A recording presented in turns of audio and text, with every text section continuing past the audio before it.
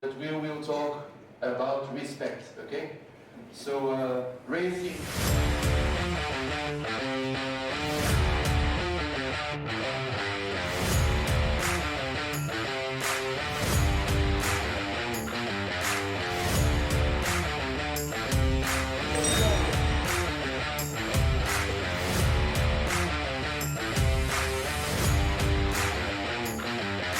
Hello ladies and gentlemen, and welcome to the Slovakia Ring and the 2023 Saudi World Series International Finals. And it's lights a green, we're off and racing, here we go, 3 wide, 4 wide into turn number 1.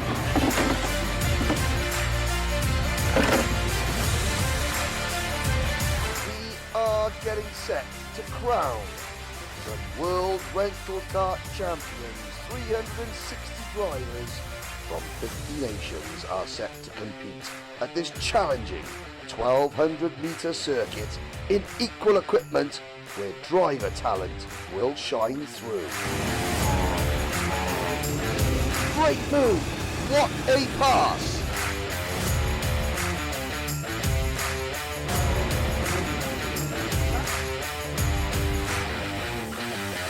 The tension is reaching boiling point.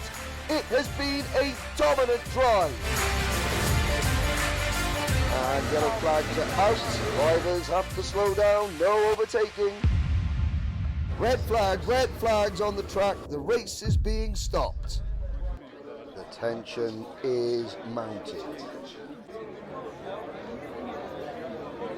Here comes the line. Green flags are out again. We're back underway.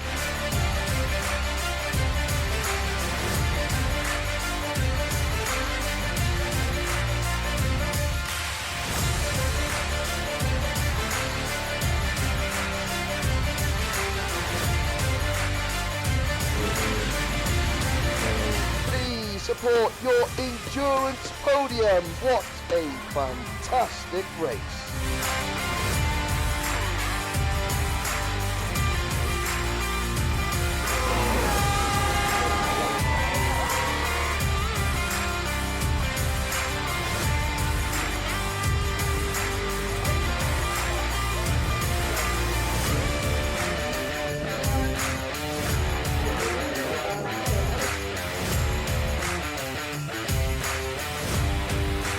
Moving to Belgium. Genk.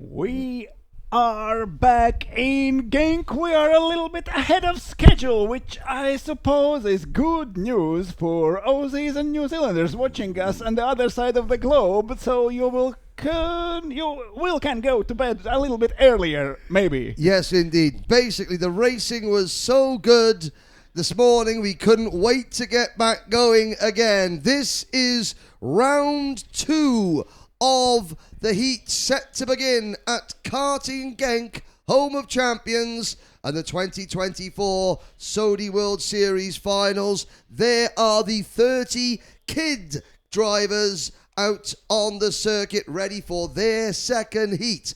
Now, this grid was decided by the second qualifying session yesterday, so the starting lineup is different than what we had this morning, but it's an all Polish front row once again. Max Piaczek and Lukasz Dzierżycki, they are on the front row of the grid. Peter Fabry from Slovakia and the lady from France, Celia Dussaud, her best ever result in qualifying. The lady that finished 16th last year, she is there on the outside of row number 2 with Jurasz Mikos and defending champion Maximilian Sovic on row number 3.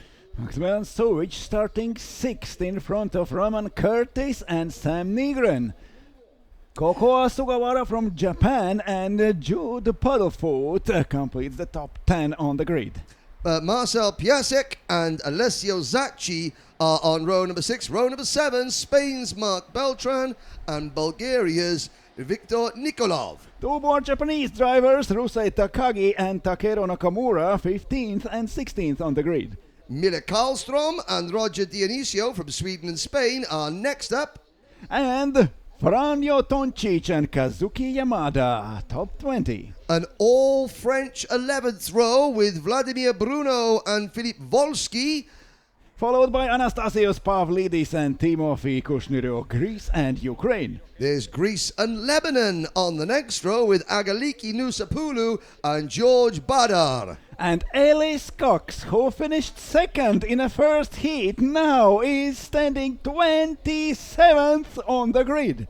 Yes, and he will start alongside Enzo Bisaglia with the Canadian lady Jade Wilson and Samuel Erdelt rounding out the field. Now, Gertz, there will be on our timing screens the current points standings. Who cares about points when we have such a racing on the track? The points we will count later at the evening. Yes, we will calculate the points, but drivers, the winner of this year's Saudi World Series finals will be calculated based on every driver's 3 heat points, their super heat points, and of course the points they gain in the final. You can get itself. 30 in a heat, you can get 50 in a super heat, and more than 100 if you win a final. Exactly, and you know, it's all about consistency, sometimes not necessarily risking it all and crashing, but being calm, cool, collected.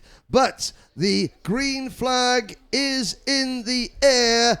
Green flag waves, we're off and racing. And it's a good start from the pole-sitting driver, Max Piacek, who leads the field into turn number 1 on this fantastic 1,360-meter Genk track. Lukasz Jerzerski dives into the inside of the second corner and now emerges in front. Max Piatek and Jerzerski Lukasz fighting for the lead right now. The first lap has begun. They are side by side again, going out to the Europa Plan straight, and they are side by side, still deciding who will lead this race. The kids has begun the second heat here in Saudi World Series. Yes, indeed. Into turn number 5, the button chicane, sun shining. The leader, Piacek, followed by Lukasz Jerzerski. Everybody else chopping and changing behind. These are the kids. They're not the youngest drivers. They're just the lightest drivers. Different weight limits in each category here in the Saudi World Series International Final. They come down the infield straight towards Clubhouse Bend now. Lots of battling side by side in the middle of the pack, but it's a Polish 1-2, and the countrymen are trying to break away. Piacek, who is here representing the SKW Racing Park, and Jerzerski representing E1 Go-Kart in Chorzo. And Jerzerski dives inside in a first corner, very long corner, closing at the exit, and Jerzerski goes in front. Lukasz Jerzerski now is leading. Max Piatek is second. Two Polish drivers fighting for the lead in this race, followed by Peter Fabry and Juraj Mikosz. Juraj Mikosz now is fourth, then Roman Curtis and Marcel Piasczak in a P6. Piasczak was third in a first race and now is down to sixth, so very good race for Lukasz Jerzerski. His main competitors from the heat number 1 now are further back. And just looking there, unfortunately, Samuel Erdelt at the back of the pack in kart number 4. A problem for the young German driver. That means he is down at last position. But here we go, the top 4 coming through, 180. Fabry in the inside of Max Piatek at the 180 degrees corner. They are approaching Clubhouse, and now there is a fight for a second and third, and Lukasz Jerzerski able to pull away. The Piatek still holds second. Yes, they're the top 4. That is Piacek, Jerzerski, Fabry, Mikosz, 2 Poles, 2 Slovaks. It's Eastern Europe to the 4 as the sun shines here in Belgium. A huge gap back to Roman Curtis. And Roman- Mikosh outside in the first corner, outside on Piatek. Piatek holds inside. Oh, he pushed wide, Juraj Mikosh, and now he's back in second position. Juraj Mikosh just had nowhere to go at the exit of the first corner, but second, third, and fourth, Piatek, Mikosh, and Fabry. Yes, indeed. Out towards turn number 4, even with these drivers battling. And look at this group. This is for about 10th, 11th, 12th on back. 3 wide into turn number 4. They're 3 wide and 3 rows deep. 9 carts all travelling together. Ellis Cox It's in like the a number 9. parade, not a race. Yes, this is not the rolling up. They're 4 wide down the Europa Plan straight. Look for cart number 9. Oh, somebody rubs the tyre barriers there. It's Carders and rubbing. And they're still 4 wide through the button chicane. Thank goodness for wrap-round bumpers. And they're still 4 wide coming through the 180, coming out in front, giving a driver, that's Lewis Hamilton style crash helmet. I think that's number 90, but look at driver number 9. Ellis Cox up the inside, passing Mark Beltran. Cox now signalling, saying, push forward, push forward. And it's Lukasz Jerzewski who's pushing forward really fast. He has 1.2 seconds advantage over Juraj Mikosh in second. Mikosh got clear of Fabry and Piatek. Piatek lost 2 positions now and is riding fourth. Marcel Piaszczek now is fifth in front of Roman Curtis and Koko Sugawara. Viktor Nikolov and Timofey Kushniryuk at the end of top 10. Then 10th place for Max Sovic. Looking down there again, please keep your comments coming in on the Facebook page, the live chat. We can see people from Aruba tuning in. Mark Croyce, you'll see your driver Nathan Croyce in the next race. Out on circuit, however, here is one of the many good battles on circuit. The leaders are heading down the infield straight. This is some of the chasing drivers in the middle of the pack. Further back, you're looking at the group that was Ellis Cox was leading. I think he's pulled away from this group now, trying to get some of the numbers of those cars. Celia Dussaud, she has dropped to 11th position in cart number 8 after starting at the top 4, but this is still very good indeed from the young French lady. Side by side battling through turn number 9, but the leaders start another lap and closing in. Juraj Mikosh with the red race suit, the blue crash helmet, is closing in on our race leader, Lukasz Jerzewski. Lukasz Jerzewski leading. Ellis Cox are fighting his way through the pack. Now he is up to 16th place, but there are 4 seconds gap in front of him. He has done everything he could from the start in the first few laps, but now he has a lot of work to do. Can he catch the next group of drivers? There was the whole hell broke loose in the fights in end of first 10. That is the group of drivers that Ellis Cox on your screens now, that Ellis Cox is trying to catch. And as you can see, they're 2, sometimes 3 wide. This is going to be helping. See the big gaping bit of track behind. But then you have Cox who's travelling all on his own, trying to close in. This is the battle between Koko Sugawara, Jude Puddlefoot, Roman Curtis. They are changing so fast.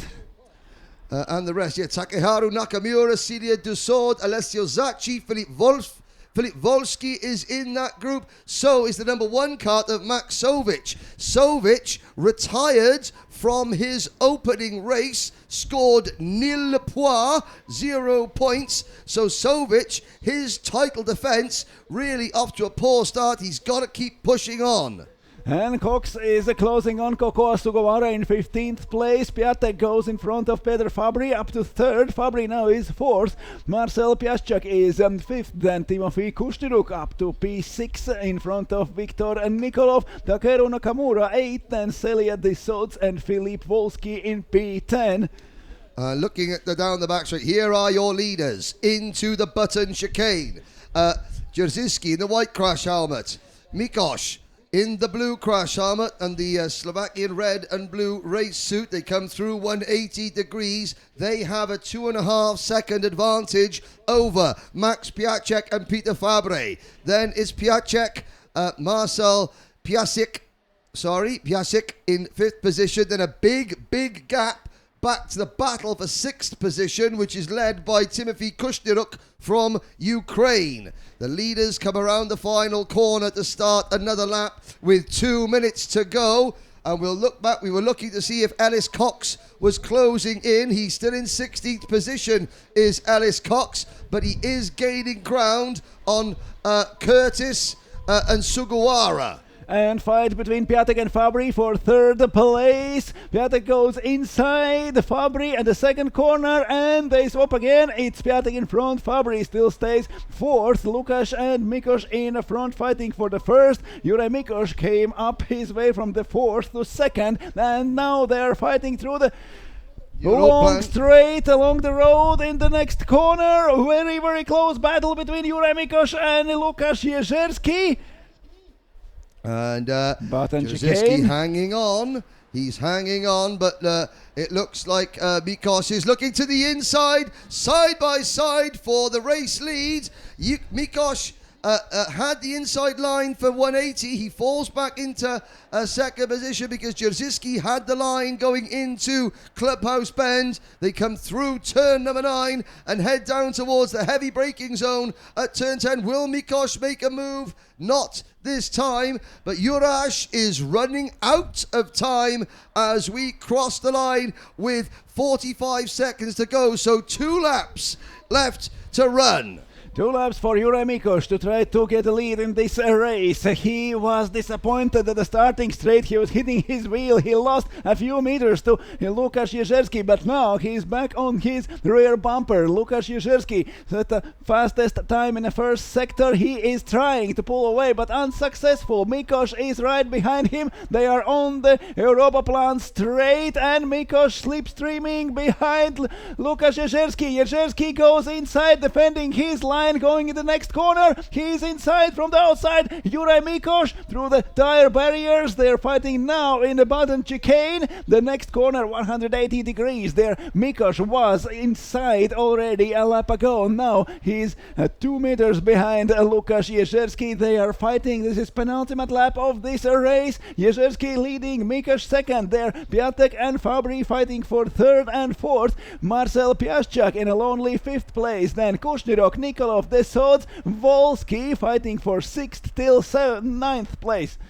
Into the final corner we go for the penultimate time. They see the 1 lap to go symbol, and we have a look into turn number 1. And looking down the order, trying to see where else we are. Kushniruk, Puddlefoot, Nikolov, Zachi, Volsky, Desord and Nakamura. That's the rest of your top 10, but it's all about these 2 drivers on your screen now as Lukasz Jerzerski trying to hold off Juraj Mikosz. Mikosz gets a good run. He's on the inside line down the Europlan straight, but Lukasz Jerzerski defends hard going into turn number 5. Juraj is running out of opportunities. There's a 1 more coming up in the next corner out to the button chicane. Can Juraj dive up the inside? Not this time. Half a lap to go. Gertz Timrot. Less than half a lap. Lukasz Jerzerski is leading Juraj Mikosz right behind him. There is only 2 meters between them. Only 2 tenths in starting this lap. Juraj Mikosz is disappointed. He is approaching last corner, hitting his steering wheel. He lost opportunities who maybe wasn't there. Even wasn't. Lukasz Jerzerski is faster. He is first. Lukasz Jerzerski takes the win. Juraj Mikosz second, and Max Piatek third. Peter Fabry is 4th, and Marcel Piaszczak top 5. The rest of the field come across the line. Well done, Jude Puddlefoot. Finishing 6th overall with a 3-second penalty. Timothy Kushniruk is 7th, Viktor Nikolov is 8th, Alessio Zacchi is 9th, and Filip Volsky rounds out your top 10. Takehiro Nakamura, Celia Desod, Max Sovic. Well, 13th place is better than a retirement, but Sovic is still under the cosh, as it were. His title defence hangs in the balance already. Ellis Cox from the back of the field finishes 14th ahead of Kakoa Sugawara, Mark Beltran, and Kazuki Yamada. Roman Curtis, unfortunately, when it was raining, Roman reigns supreme, but in the dry, he only finishes 18th. Agaliki Nusapulu and Vladimir Bruno round out your top 20 ahead of Sam Neugren, Roger Dionisio, Anastasios Pavlidis, Enzo Biseglia, Franjo Toncic, Milik Karlstrom, Jade Wilson, Ryusuke Takagi, and Samuel Erdelt. And I have to say that even though Lebanon's George Bader finished in 30th position, I have to say now, I'm very fortunate enough to, follow karting and comment on karting around the world, and I see different nations gaining momentum. I see karting picking up. In the last 10 years, no nation more than Lebanon have burst onto the karting scene, and George Bader is creating his own piece of history at the moment, being the first Lebanese driver to qualify for this event in one of the junior classes. And of course, Lebanon has their own superstar in the making. Christopher El Fagali won the 2022 Rotax Grand Finals in Minimax to become the first Lebanese driver to win a global title, and he is set to be an absolute superstar, and not just that, a role model and an ambassador for the entire region. And George Bader is one of these drivers that has seen how Christopher El Fagali has set the world on fire in the terms of karting, and is coming into the sport. He's 30th at the moment. I'm sure he will not be 30th for long, but what a fantastic achievement. It's always great to see these developing nations really getting to grips with karting, and I know Lebanon is very, very proud of George Bader. But today it is Lukasz Jezierski who is setting fire in kids category. He has won the first heat. He has won the second heat, so 2 wins in a row for Lukasz Jezierski. And Ellis Cox, who was second in the first, now finishes on 14th. And Marcel Piaszczak, who was third, now is down to 5th position. So Jezierski is increasing his lead and getting the most of the points from the first 2 heats of this day. One more race to go for kids. We are waiting for juniors on the track. Yes, the juniors. There is the spectator terracing here at Karting Genk. You can see the flags, the Union flag there from the United Kingdom. It's a big day in the UK. What did Bob Dylan sing about? Times they are a-changing. Are you sure they are changing? I'm pretty sure they're changing. But we leave politics at the door. This is all about racing, and lots of people there. You can see the Ukrainian flags. You can see the Italians there, the yellow racer. There's Belgians in there. Plenty of people enjoying the hospitality. If anybody wants to bring a couple of Belgian stroopwafels up to the commentary box for Gertz and myself, we'll do a live on-air review of Karting Genk's waffle making abilities. Hint, hint, hint, hint. We'll take a short break and see if we can come back, and we'll waffle on about karting a little bit more later.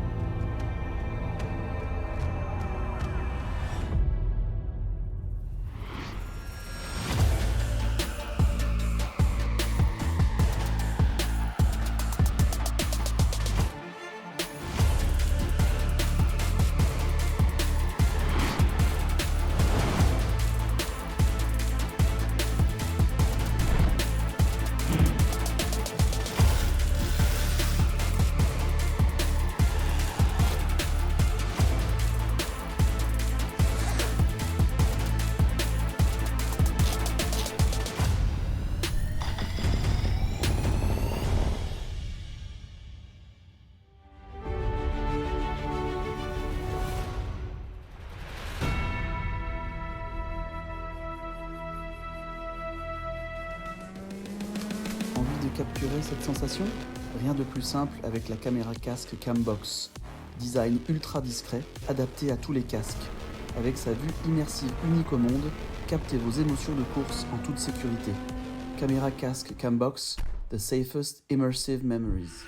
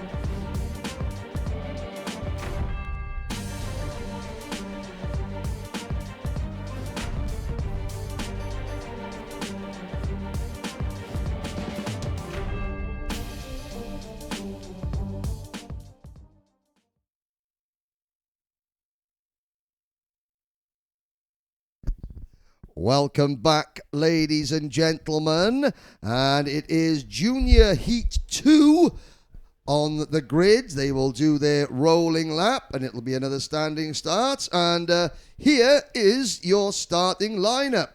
On pole position, from Germany, Fabian Kopp and Alexei Mukin will start alongside him on row number 1. Edgars Lielgalvis from Latvia and Ivan Koptiev from Ukraine on row number 2. Oscar Vedlin and Oscar Lambert representing Slovenia and the United Kingdom via Dubai on row number 3.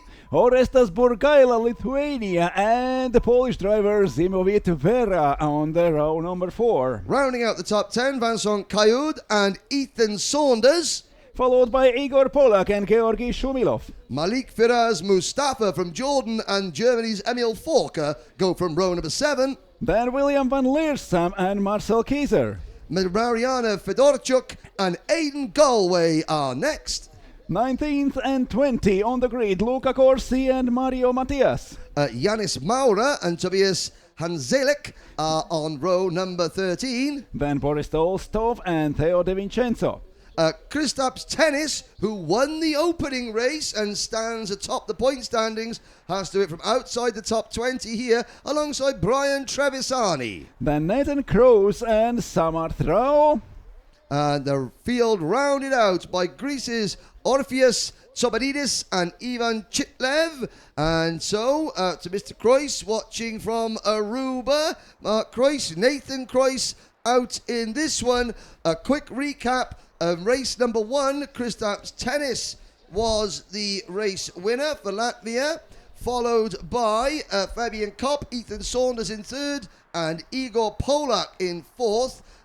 William van Leersum finished in 5th position. They are your top 5. It's 31 points for a win in this category because there are 30 drivers on the grid.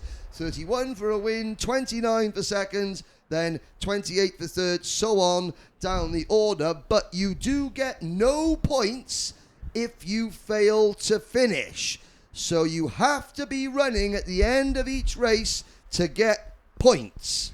So Fabian Kopp and Alexei Mukhin already on the first row on the grid. Edgars Lielgalvis and Ivan Koptiev on the second. They are back on the grid and waiting for a green flag to start their second heat today. Juniors on the grid here in Karting, Genk, in home of champions. So the World Series International Finals. We are going through heat number 2 and the flag is down. We are racing again. Kopp and Mukhin in a front row. Lielgalvis and Koptiev on a second. The great start for everyone. They remain in their positions approaching the first corner. Fabian Kopp a little bit in front. That allows Mukhin take a second place. And there is Lielgalvis and Koptiev fighting for third. Yes, Fabian Kopp making a good start as they head round turn number 2. Everyone's keeping it nice and clean and gentlemanly as we so far head through turn 2, out towards turn number 3. But the top 2 are breaking away with Kopp and Mukin, and I think that might be Lielgalvis and Koptiev in 4th. And there's somebody getting spun around at turn number 4, and I can't see who that was that backed it, that sort of ran into the back of the half-spinning driver. Whoever it was, they have been left quite a way behind. And there is battle between Lielgalvis, Koptiev and Wedlin for a third place right after 2 leaders. They are joined by Oscar Lambert. Now there are 4-way battle from the 2nd, 3rd, 4th and 5th positions on the track. Kopp and Mukhin leading. It seems like Oscar Wedlin has got 2 positions in a first lap and now he's up to 3rd place. And it was Kristaps Tennis, the race 1 winner after a bad qualifying in session number 2, who is right at the back of the field after driver spun in front of him. He had nowhere to go, and that's cost him a lot of momentum, and that means that Fabian Kopp leads the race and leads the standings. Fabian Kopp was second in the first heat. Now Tennis was first and now is last. That is how fast things are changing here in Saudi World Series. Juniors on the track and in totally different order than in the first race. Kopp leading. Now Mukhin is still holding second. Vedlin up to third. Ivan Koptiev is fourth. Edgar Slilgalov is down to fifth place. Followed by Ethan Saunders, Zemo Vetvera, Orestas Burkaila, Igor Polak and Georgi Shumilov. And just that one incident for Kristaps Tennis has dropped him from leading the standings to outside the top 10 as we watch the leading pack go through turn number 5. There's the button chicane side by side. That is for about fourth. That's third position. That's the third place battle, and it is the number 14 card Ivan Koptiev from Ukraine passing the number 4 of Oscar Vedlin, with Lil Galvis and Saunders just behind him. Then Ziamit Vera. Saunders with, I think, the silver crash helmet on. Vera running in about 7th or 8th position. Then Lithuania's Orestas Burgaila. And Tennis still chasing the pack after the crash in the first lap. Now Kopp over the finish line. Koptiev back to third place. Ethan Saunders now is fourth. Oscar Vedlin and Edgar Slilgalvis both has lost one position during this lap. Vedlin now is fifth. Slilgalvis sixth. Orestas Burgaila up to seventh in front of Zemo Vetvera. Then Igor Polak and Georgi Shumilov in top 10, followed by William Van Leersam, Vincent Kailo and Luca Corsi. 14th is Aidan Galway and then Malik Firas Mustafa. Now, Kristaps Tennis has gained a couple of places. He's up to 26th position. Oscar Lambert has had a terrible start. He's dropped to 20th place. New fastest lap for William Van Leersum in cart number 2. As we watch the chasing pack now, they're all sort of combining together behind the top 2. Here on your screens is the battle for 3rd, 4th, 5th, 6th, 7th, 8th, 9th and 10th. All the way back to Georgi Shumilov with William Van Leersum in 11th closing in. There is only tenths of a second between drivers starting from 4th till 17th place. Ethan Saunders started this lap in cart number 3 in 4th position. I believe that is now Ethan Saunders up into P3. Yes, it is. So Saunders, there he is, just checking over his shoulder. Whole train, a freight train of go-karts following the young Englishman. But these two drivers on your screen working together to try and push away. Kopp in the black race suit with the sort of black and red crash helmet, and then the blue race suit and white crash helmet of Alexei Mukhin. Mukhin would be third in points at the moment. Ethan Saunders running in third place, second in points, all chasing the German. Fabian Kopp. Looking at Kopp's previous form, he hasn't competed in the last 2 years in this event, so he'll be looking to make a real big splash. Nathan Kreuss has dropped the back of the field, so our Aruban junior driver is struggling a little bit. Meanwhile, great progress. Oh, well, Kristaps Tennis has fallen back again. The 27th. Yes, and lots of battling going on past our commentary box. Oh dear, there's somebody that has run wide onto the grass, and I'm trying to see who that is, travelling very slowly down towards turn number 10. We'll get a name check on that driver next time around. It's all changed as they cross the line in the battle for 6th position, because we have had a 3-cart breakaway. Saunders, Koptiev and Vedlin, 3rd, 4th and 5th, have broken away from the 6th place battle, which is now held by William Van Leersum. Koptiev really close behind Saunders. They're fighting for 3rd place now, going on to the Europa Plan. Straight in front is Kopp and Mukhin, and Koptiev already a few times tried to dive inside of Ethan Saunders, but Saunders defending his position and is still riding 3rd. They are approaching button chicane. Kopp in front, and Mukhin, Saunders and Koptiev. Vedlin is 5th, and then is the real fight begins. Yes, and behind the top two, and you can see Mukin just sort of looking over his shoulder to see where his nearest rivals are, realise he's got plenty of room to play with. That means he can start setting Fabian Kopp up for a move without worrying about being passed from behind. Saunders and Koptiev in third and fourth are broken clear. Here they are. Here are the two leaders to complete another lap. And again, Mukin checks over his shoulder. There's Saunders and Koptiev with Vedlin in fifth, and then a big gap back to the sixth place battle, which is Van Leersum, Shumilov, Corsi, Kayo, Galway, Polak, Mustafa, Lambert, Chitlev and Trevisani. And Koptiev is pushing through the second corner. Ethan Saunders, they are still fighting for the third. Very close, bumper to bumper, going into the 180 degrees corner before the Europaplan straight. Koptiev is right behind Saunders, slipstreaming him through the straight. Can he dive inside at the end of the straight? No, he stays fourth. Yes, and here are the leaders.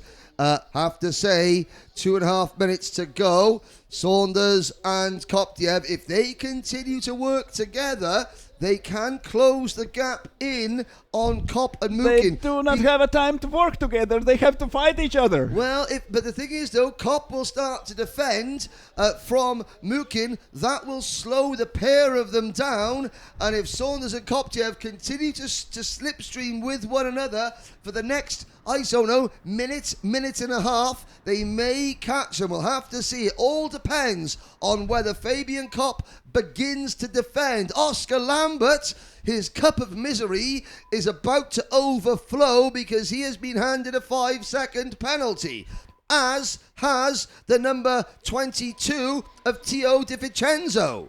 And already Ethan Saunders starts to ride defending. That means they are losing time to Kopp and Mukin. They have 2.2 seconds gap between second and third places. As you said, if Saunders and Koptiev could work together, they could catch the leaders and fight for the win. But now they are fighting each other. Mukin is with Kopp alone at the front with a battle between each other. They are in the button chicane. Now Saunders are losing more than 2 seconds to Mukin's second place. Yes, it's hard to cooperate with your competition. Let's have a look as the leaders come around turn number 7, the 180 degrees, and down the infield straight towards Clubhouse Bend. They flick right and then try not to run over the curbs coming out of Clubhouse as you double back on yourself into the left-hander at turn number 9, down towards this corner here, turn 10. 30 seconds to go. That means there will be 2 laps remaining. Once the clock strikes 0, the next time the leaders pass the start-finish straight, they begin their final lap, and still Fabian Kopp holds the lead without defending. The advantage over third place Ethan Saunders, who has just set a new fastest lap, is 2.2 seconds. It seems like Saunders realized a lap or two too late that he has to pull away and try to catch the leaders, not to defend his position from Ivan Koptiev. Koptiev is still fourth. Saunders a little bit pulling away and trying to close the gap, but there is a 1.5 lap till the finish line. Kopp leading, Mukin second. They are fighting in the button chicane. Very, very small distance between two leaders, going in a 180 degrees corner. Kopp in front, Mukin following, then Saunders and Koptiev. And of course, all these are driving identically prepared. Brand new Sodi karts. Sodi kart, who are heading towards their 45th birthday. Hard to believe, and I do believe that no other kart manufacturer in the world sells more karts than Sodi karts. A lot of those karts go to if rental you do, circuits. let us know. Yes, but we don't. But rental kart racing, that's where you go and compete at your local circuit that hosts Sodi World Series events. Mukin goes inside in the first corner. He runs wide at the exit, and now Kopp is fighting with him. Mukin holds the inside line in the second corner. They are losing time to Saunders and Koptiev, but this is the last lap of the race. Waited whole race. Alexei Mukin now is leading, approaching the 180 degrees corner. Kopp goes outside, and from the outside he's changing the line. He's on the right side of the track. He's on the inside of Mukin and approaching next corner from the inside. Fabian Kopp in front, brakes hard before this corner. Mukin avoids the tire trap, and now he's still leading. There is Saunders and Koptiev already. Saunders to drivers. the inside. Saunders to the inside grabs second place from long-time leader Fabian And Kopp. goes in front of Mukin approaching Clubhouse. They are four of them fighting for a win, fighting for second, third and fourth places. Kopp, Mukin, Saunders and Koptiev. Yes, over the grass, 3 wide for second place. Koptiev, Mukin has the lead from Saunders. I think Mukin, there's a dive from Kopp at the final corner. And They're it's 3 Koptiev. wide. It's Koptiev who goes through and overtakes 2 of his competitors in the last corner. Mukin takes win, but even Koptiev in the one corner from 4th to 2nd. And look at the celebration from Oscar Vedlin from finishing in 5th position. And here is the battle for 6th position. What a drive. Alexei Mukin. Great drive from Mukin in second. Koptiev, Mukin in first. Koptiev in second. Kopp is third, followed by Oscar Vedlin. Oh dear! A penalty for Ethan Saunders. A 3-second penalty. And a point for Oscar Wedlin. Another point for Oscar Vedlin. And, well, Fabian Kopp retains the lead in the point standings by 1 marker over Alexei Mukin, who takes the victory there. Great drive from Aidan Galway from the United States of America. Aidan finishes in 6th position. Igor Polak, Vincent Caillard, William Van Leersum was 9th. Luca Corsi from Italy rounding out the top 10. And a big hello to everyone watching in Jordan, because Malik Firaz Mustafa comes home in 11th place. And further back, Georgi Shumilov 12th, Marcel Kaiser 13th, Emil Forka 14th, Ivan Chitlev and Edgar Galvis, your top 16. Further down the order, Kristaps Tennis recovered to 23rd position, and that means he drops from leading the standings down to 8th position. Once again, as I was saying, this is the Sodi World Series final. Every one of the 410 drivers will drive brand new, identical Sodi leisure or rental carts or hire carts, whatever the term that you use in your home nation. If you're watching karting for the first time, go to the Sodi World Series website, which is sodiwseries.com. You can see what tracks in your region host qualifying events for this. It's quite simple. You compete in your championship in your local circuit, you score points in your local championship, and at the end of the season, the winners or the drivers that have done very well qualify for this event. So Which is not so easy. it's not so It's easy to find the track and to start. No, but you don't have to buy a go-kart. A lot of these drivers, they have their own race suits and crash You helmets. even don't need a helmet or race You suit. don't need a helmet or race suit. You can just enjoy karting without the hassle of owning a go-kart, and you still get to represent. You represent your country, but you represent your circuit. So all these drivers belong to a circuit, and that is how. You qualify for this. But look at that, side by side. Want to talk about parity and equality? There's no faster or slower go-karts as they run down the main straight together. Now, looking back, this is where Ethan Saunders had got into second place. He comes out of the final corner, out of the 180 degrees. He's now on the outside line, Mukin in the blue on the inside, and Saunders is running the risk of getting freight trained. Why does he get a penalty? There is why he got a penalty. And now He cut the circuit and gained a position. And now watch Koptiev, who in the last corner from 4th to 2nd. That was yes, a great indeed. move. Koptiev capitalising on that incident between Saunders and Kopp in the last corner as well. Whew, right, the juniors and the kids 2 heats down. Now 1 to go. the Masters will come. Ah, yes. And then the woman, and then sprint.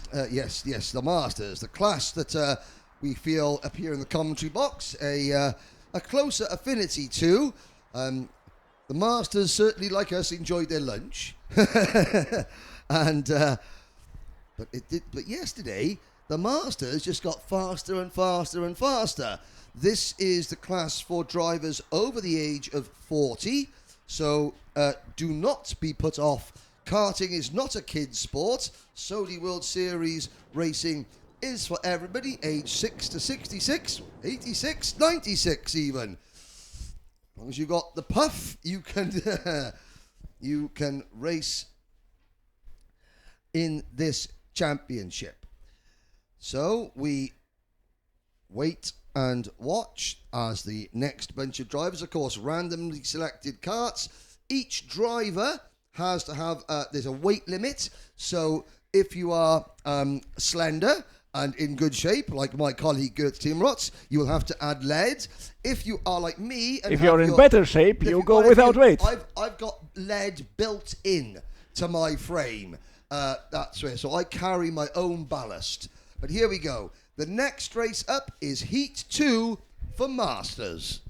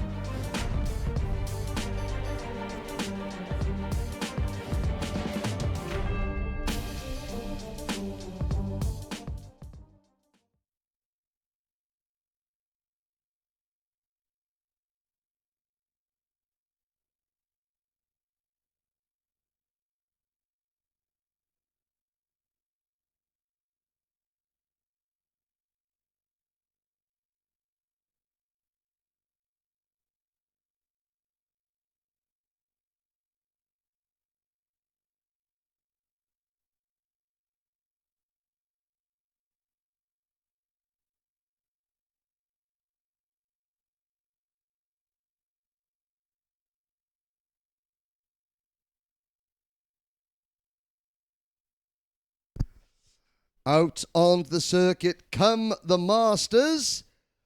And hello to be watching. Hello to be watching. Gareth Davis, the Raceway Massive from Cardiff. Ex-Raceway Massive. Also Stuart Friel, owner of the most vicious sausage dog in the world, Darcy Sausage, who has attacked me on at least one occasion whilst being filmed in the UK. Hope that you are well. Watching from the United Kingdom, Stacey Ratford. Well, penalties are reviewed. For those of you watching at home, there are circuit cameras and a bunch of stewards who review every penalty that is given in race. And we were having a short break earlier, there was a penalty that was overturned on appeal. So obviously a slight merit stake. So Ethan Saunders, he can ask the question of the race director, why was I given a penalty? And the race director will tell Ethan why he was given a penalty. And then, well, if they want to complain, they can complain. Or they can just be told, no, leave, go. Something like that. And we are ready to go again. Masters on the grid. Stefano Baraldi and Michael Obermühlen taking the front row in a second heat of today. Yes, indeed. Baraldi and Obermühlen. Jeffrey Galashay and Yves Mecher will start on row number 2. Then Alexander Batirshil and Gustavo Zimmermann Martins starting from row number 3. Joel Faure, who finished second in the opening race, and Stefan Bossiri are on the next row of the grid. Then Julian Bezenki and Aurelien Derisson. Behind Bezengi and Derisson, we have Olivier Bruno and Olivier Lorencon, who won the opening race in the wet earlier on. Brice Nguessan is 13th, then Thomas Burchard. The American driver Burchard, followed by Stefano Lelli and Federico Drejon. Tero Makinen and Jan Tika. Behind Jan Tika, we have David Tolvan and Roberto Marchi. and Karim El Guelta and Manuel Kurzrock. Mederic Bituze and Oleg Fedosiv are on the next row of the grid. Fedosiv, the only driver here representing Israel. 25th on the grid, Philippe Denous, and right beside him, Mario Volpe. And the final two rows, Carlos Andre Augusto from Brazil, Jerome Huet from France, Adan Ibarra from Mexico, and Jonathan Jeffrey, British by birth, a Reuben by choice, I would imagine, being from the UK. Good choice. Yes, good choice. I would swap, would I swap South Wales for Aruba? Not sure. Aruba might have sunny beaches, but it hasn't got Barry Island and a fairgrounds. So, you make your choices, you take your chances. Now, Olivier Lorencon won the first race from Joel Faure, Michael Ubermoulin in third, and then it was Thomas Burchard in fourth, and Bryce Ngesson rounding out the top five. So again, 31 points for the victory, 29 points for second, then it's 28 points for third, and so on back down the order. You're looking at the officials just lining the carts up. These are the drivers over the age of 40. Life begins at 40 or 43. Kilometers per hour. Ah, yes, which is how fast I run to get to the breakfast buffet every morning. So anyway, moving on, back to the go-karting. The winner of the first heat now is standing 12th on the grid. Baraldi and Ubermoulin in a front row. Ubermoulin was between the leaders at the morning. He was third, and now we are racing again. Ubermoulin from outside, Baraldi from inside. There's great start from Geoffrey. Galichet is getting in front. Yves Miche is in front of Galichet from the outside. Galichet trying to defend the inside line. Galichet is back out inside, and Baraldi and Ubermoulin. One of them goes wide at the exit of the first corner, but anyway, they are back on the lead. Baraldi and Ubermoulin in the front of the pack. Plenty of elbowing, shuffling down the order as they all safely make their way through turn 2 and 3 out towards turn 4, and the first long blast down the Europaplan straight, 4 wide back in the pack as you look there side by side, hard on the anchors to go into the button chicane, staying clear of that tyre barrier that waits invitingly on the exit. They're still 3 wide as they head right out of the button chicane into the 180-degree left-hander, with the daisies on the grass here in Belgium now shining in the sunlight as we're 3 wide down towards Clubhouse Bend. Make that 4 wide somehow.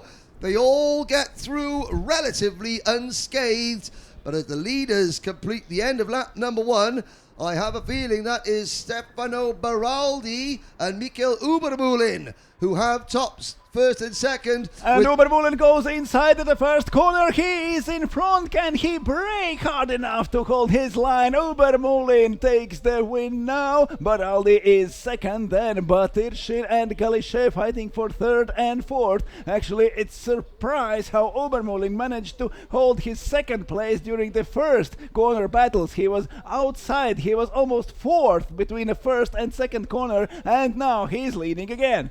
Yes, indeed. Down the Europaplan straight, there are your two leaders working together. Ubermoulin leading Baraldi through the Button chicane. This, of course, the track that Jenson Button raced at for many years, drove for the GKS Lemons team. Of course, this Genk circuit owned by the Lemons family. They've developed it over the years. This is the second iteration of the venue. It was a lot shorter than this back up until the late 1990s, and then in the early 2000s they bought a bit more forest, and I'm all for saving the environment, but there was a small bit of deforestation in this corner of Belgium to allow us to have this part of the circuit that you are looking at now, and apart from Greenpeace, I'm happy with that. They will survive. Yeah, there's a Tero Mäkinen, the flying Finn. 5-second penalty. That's a shame. That drops Tero right down the order. And Oliver Lorencon, the race 1 winner in kart number 13, has also been given a 5-second penalty for contact. And that means that Michael Ubermulin, leading the race there in the white crash helmet, the white and blue race suit, Ubermulin not only leads on the track, he also leads the point standings. Second heat of this day, great result for Michael Ubermulin. His main rivals from a first heat now are far behind, and Ubermulin is leading. Galichet now is second in the point standings on level with Joel Fauré, who is currently 7th in this race. Stefan Boisseri is 6th, Yves Mieh is 5th, and Alexander Batirchin in 4th, Geoffrey Galichet 3rd, fighting with Batirchin and Baraldi and Ubermulin, leading the race with only 1/10 of a second between them. Now the penalties, in-race penalties, are coming thick and fast.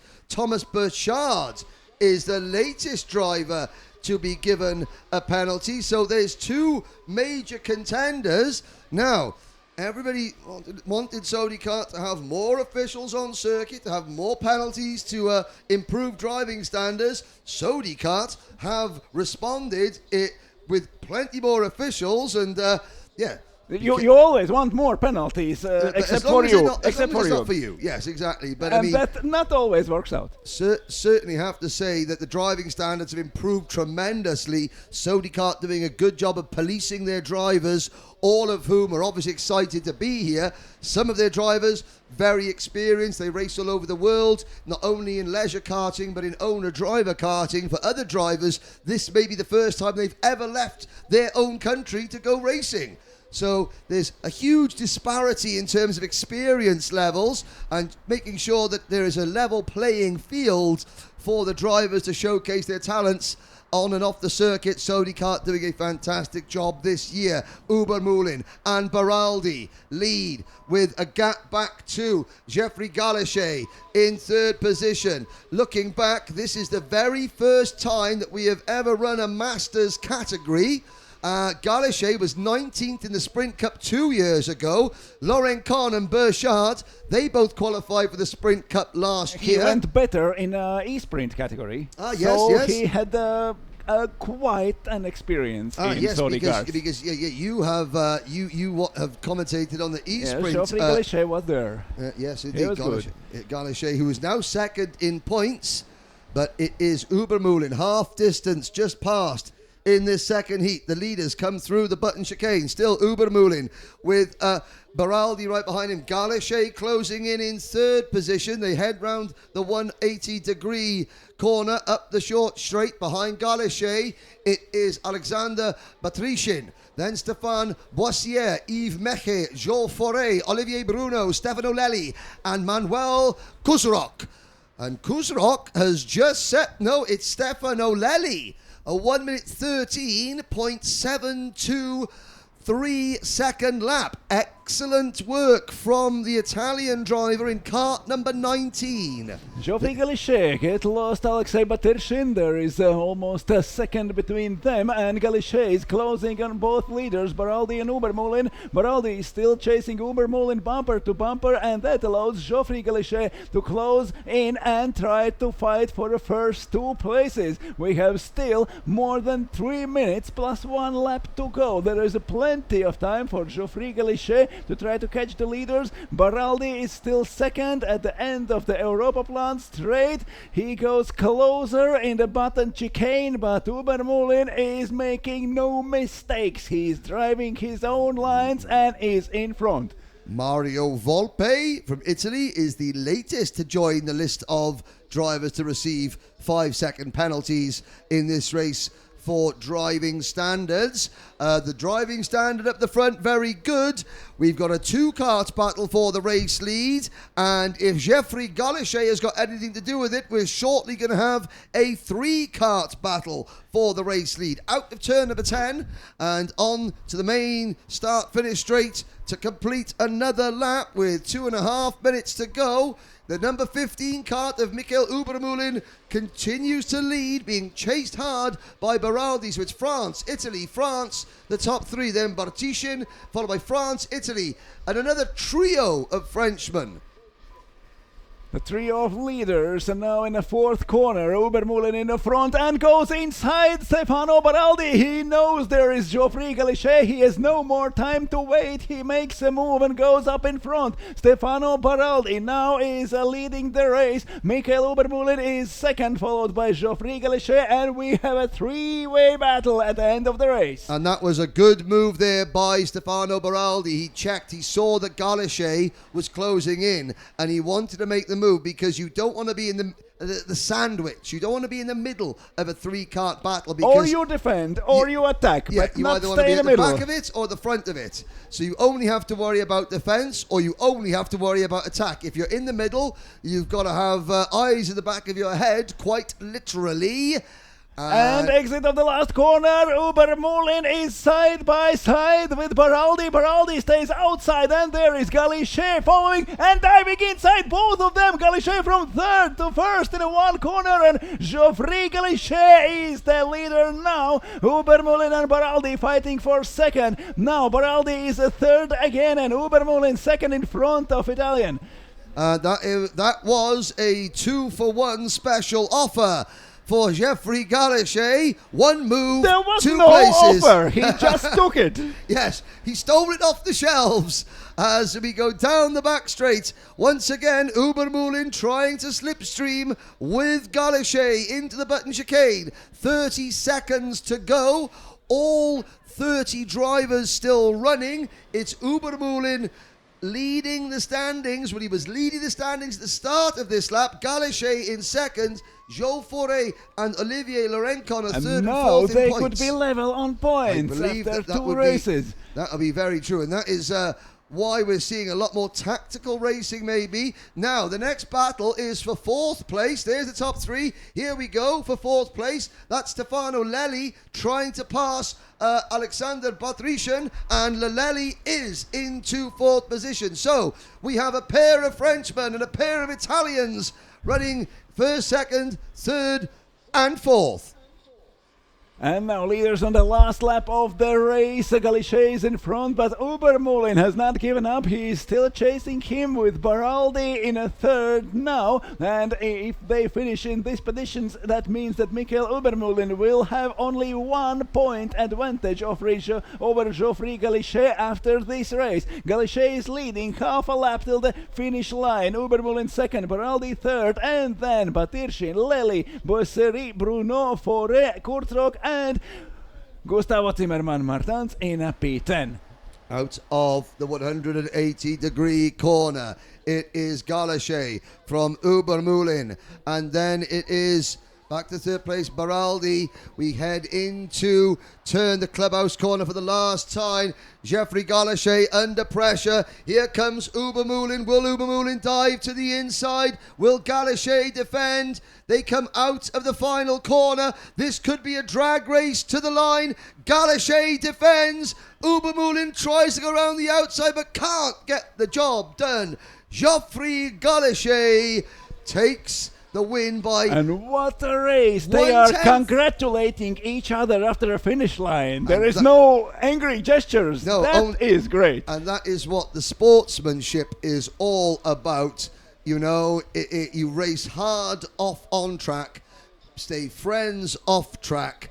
This is hobby karting at the end of the day. It's leisure karting. It doesn't seem like a hobby karting. No, absolutely not. It's a hobby that people take very, very seriously. So Galichet, Ubermühlen, and the difference. So at the end of 2 rounds of heats, Galichet 57 points. Ubermühlen 57 points. Galichet 56 points. Joel Fauré, who finished that race 9th, is third in the point standings, tied on 51 points with Stefano Lelli, who finished 4th. Stefano Baraldi, 8th in points, thanks to that top 3 finish. Well, the rest of the order, top 5, Galichet, Ubermulin, Baraldi, Lely and Stefan Bossieri. Then Olivier Bruno, Alexander Batrishin and Gustavo Simmermans Martins.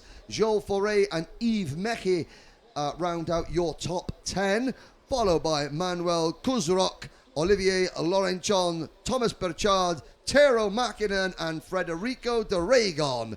They are your top 15 finishers. And once again, here is a look at the majority of this Genk circuit. But we will have a look back at that race in a bit. But after, we have a commercial break. Thank you.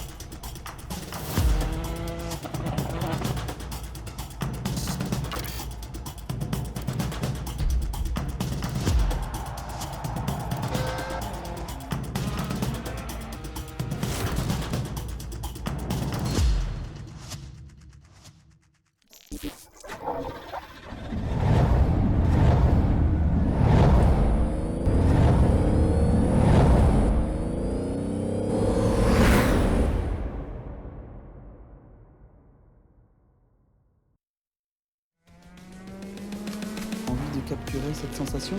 Rien de plus simple avec la caméra casque Cambox. Design ultra discret, adapté à tous les casques. Avec sa vue immersive unique au monde, captez vos émotions de course en toute sécurité. Caméra casque Cambox, the safest immersive memories.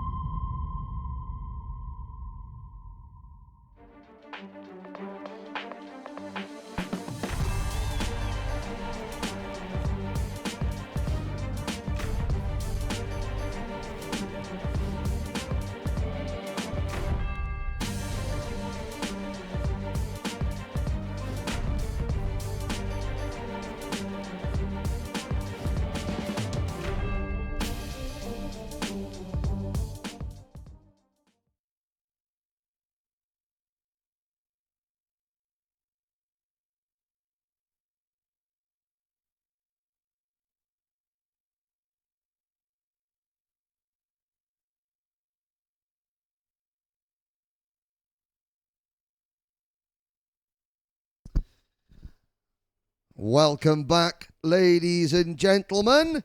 And, people watching the Facebook page, Forza Generale, Stefano the Force Lelli, finishing fourth in that one. But now we move ahead to And now heat welcome ladies, especially. Yes. Now it is the second heat for the women, 30 participants.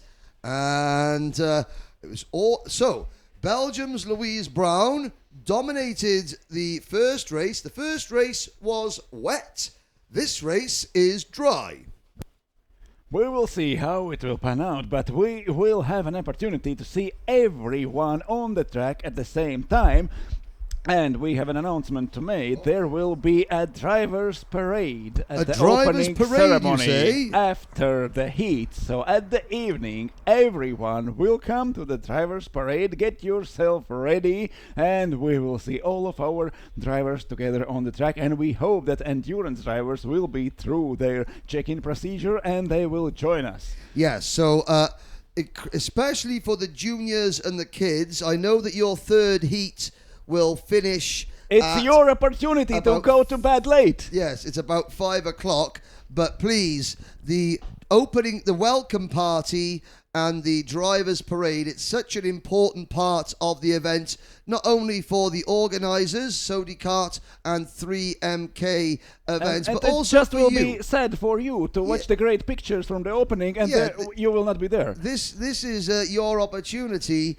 You worked very hard to get here, so bring your flags, your mascots, anything that displays your country, your nation. At 8 p.m. this evening, here at the circuit, we'll have the welcome party with all 410 drivers, including the 48 endurance teams who will head to take to the track tomorrow for their 12-hour endurance. But that is tomorrow. We still have an awful lot of racing to go through today. Here is your starting lineup for the women heat number 2. Pole position from Belgium is heat 1 winner Louise Brown, and on the outside of row number 1 it's Leila Zepenio from France. Then Lena Boleto from France in a P3, and besides her Debbie Wolfs in P4. Wolfs finishing second in the opening heat. Carla Fadey, third in this event the last 2 years, and Sarai Garcia, who is third in the point standings, they go from row number 3. Then Aliona Palchik and Lea Tanikar in row number 4. Alyona Nikolaeva and Vanessa Lariu are next. Then Lawrence Benoist and Elisabeth Schulze from Latvia. Reigning champion Abby Sanders goes from the inside of row number 5 alongside Marjolaine Martin. Then Ginerva Negrini and Clara Maderazza. Nicola Protivova and Carol Bourgeois. Angelica Limko and Laura Fisher is in P20. Outside on row number 11, Margot Beal and Julia Milk. Then Caroline Leboutil and Rosanna Martiano. Row 13 sees Yves Thelot and Evelina Manchu from Moldova. And at the back of the grid, Melina Koenig, Heloise Joubert, Audrey Vinals and Emma Klikachova. So ladies from Belgium, France, the Netherlands, Spain, Ukraine, Slovenia, Latvia, the United Kingdom, Italy, Croatia, the Czech Republic, Switzerland, Germany, Canada, Moldova and Slovakia, all lining up on the grid, sitting, watching and waiting. They come into their grid slots. It's the driver on the left-hand side of your screen there in the turquoise and pink race suit. Number 10, Louise Brown. She dominated the opening heat, but as we've seen in the dry, things are an awful lot closer. Now she's joined by Lali Zepenio on the second place on the green, then Leila Boleto and Debbie Wolfs. Wolfs was second in the first heat. Sarai Garcia, who was third, now is starting sixth. And the green flag is out. We are racing again. Great start for Louise Brown, followed by Lena Boleto from the inside. Lala Zepenio stays outside and now is defending her second place. But great start for Boleto, and she goes... No, she doesn't. So Brown holds on to the lead as they come out of turn number 1. 3 wide. Oh, someone half spins in the middle of the pack. Karts scattering all over the curbs. Somehow they all manage to keep pointing the straight Not way. all. One of the go-karts stays in a different position, in a And I different think angle. that may have been driver, that was either the 20 kart of Geneva Negrini, or possibly, it wasn't the number 10 kart, that could have been Negrini in kart 20, who got spun around, or possibly even Carol Bourgeois. We'll have to see. Laurence Benoist has also lost ground, as has Alyona Nikolaeva. Nikolaeva dropping to the back of the grid in kart number 16. But Brown has the lead, coming out of 180 and down towards the clubhouse bend. But she has company in the form of, I believe, Lena Boletot and Laila Zapeno. Laila Zapeno has lost a few places during this first lap. Louise Brown is leading. We're at the end of the lap number 1 in this race. Louise Brown over the finish line, starting second lap. There is Carla Fade and Lena Boleto behind her, and a lot of places has lost Lali Zapeno. She's only 17th over the line. Yes, I missed that issue for Depena there going through your screen. The Ayrton Senna crash helmet. That is one of our French ladies. I think that is Margot Beal in the number 27 kart. As they're side by side coming out there. Already a 5-second penalty for Latvia's Elizabeth Schulze, the Karting NAMS XL Riga based driver. As we're watching, and I know that we've got a lot of people watching back home in the United Kingdom, the Sodi Kart officials. I know there are a couple of officials from the UK watching. Dan Ashton, this is how it's done. The only problem that we're missing, haven't got silly coloured trainers. Only joking, love you, mate. Here we go, back to the racing. Louise Brown is still leading, but not so as in the wedge. She is not able to pull away, and Carla Fade is diving inside of the last corner. Fade goes through, but goes wide at the exit of the corner, and Louise Brown is taking back her lead at the end of the second lap. They are side by side through the starting straight. Brown on the inside, Fade on the outside, and Carla Fade takes the outer line through the first corner, but it is Louise Brown who is leading again. Fade is second and Lena Boleto third. Carla Fade, who finished high up in the opening race. She had a penalty initially. That was overturned, case of mistaken identity. So Carla Fade, 8th in the standings coming into this race. That move puts her up into 3rd in the standings, but it's still Louise Brown with the advantage coming through the button S's. And the top 4 drivers together with Fade and Boletot second and third. Then it's Debbie Wolfs from the Netherlands. Abby Sanders has gained a couple of positions. The reigning champion from the United Kingdom. She is up into 9th position, the 18-year-old. And Carla Fade goes inside of the clubhouse now. She is leading again. Louise Brown is second and Elena Boleto third. They're fighting through the last corner. Boleto goes inside of Louise Brown. Louise defending her second position, and Carla Fade is pulling away. Yes, Fade. 3rd 1 year ago in Slovakia, 3rd 2 years ago in Paris, and now Debbie Wolfs and Lena Boleto fighting for third. Debbie Wolfs diving inside at the first corner. We'll watch them come out of turn number 2, and Wolfs now closing in on her arch rival from last year, Louise Brown. Behind Debbie Wolfs, we have Boletot, Lariu, Martans, Sarai Garcia, Palchuk, Protivova, Sanders, Tajnika, Maderatsa, Lemko, Beal, Negrini, Bourgeois, Zapeno, Fischer, Thello, Milk, Manciu, Sulza, then Vinals, Lebutil, Marziano, Kernich, Nikolaeva, Benoist, Joubert, and bringing up the real Emma Klikachova from Slovakia. Dobry večer to everybody. Hello in Slovakia. But Carla Cadet is still leading, followed by Louise Brown. End of the next lap, Louise Brown sets a new record in the second section of the lap. They are back on the starting straight. Carla Fade has a half a second advantage, which goes down to 0.3 seconds. DB Wolves moves up to third place in front of Lena Boleto. Vanessa Lario is fifth, then Marlene Martins, Sarai Garcia, Nicole Protivova, one place up to eighth, and Aleona Polchik down to ninth. Here we go then, half distance in Heat 2 for the women. Love you too, Dan. Now get back to cleaning windows. Out onto the back straight go the leaders. This is the chasing pack, and that goes the number 18 cart. That's Aleona Palchik from Ukraine, passing the Czech Republic's Nicole Protivova. They just swapped the places in a previous lap, and now she's back. But there's a whole train of carts, a gaggle of carts, a committee of carts coming through the button chicane there. There is 1, 2, 3, 6, 9, 12 carts, and 3 of them side by side approaching Clubhouse. I wonder what is the colloquial term for a group of carts that are all driven by women? I know, like a winery of carts. Coffee morning of carts. And Louise Brown is again side by side with Carla Fade.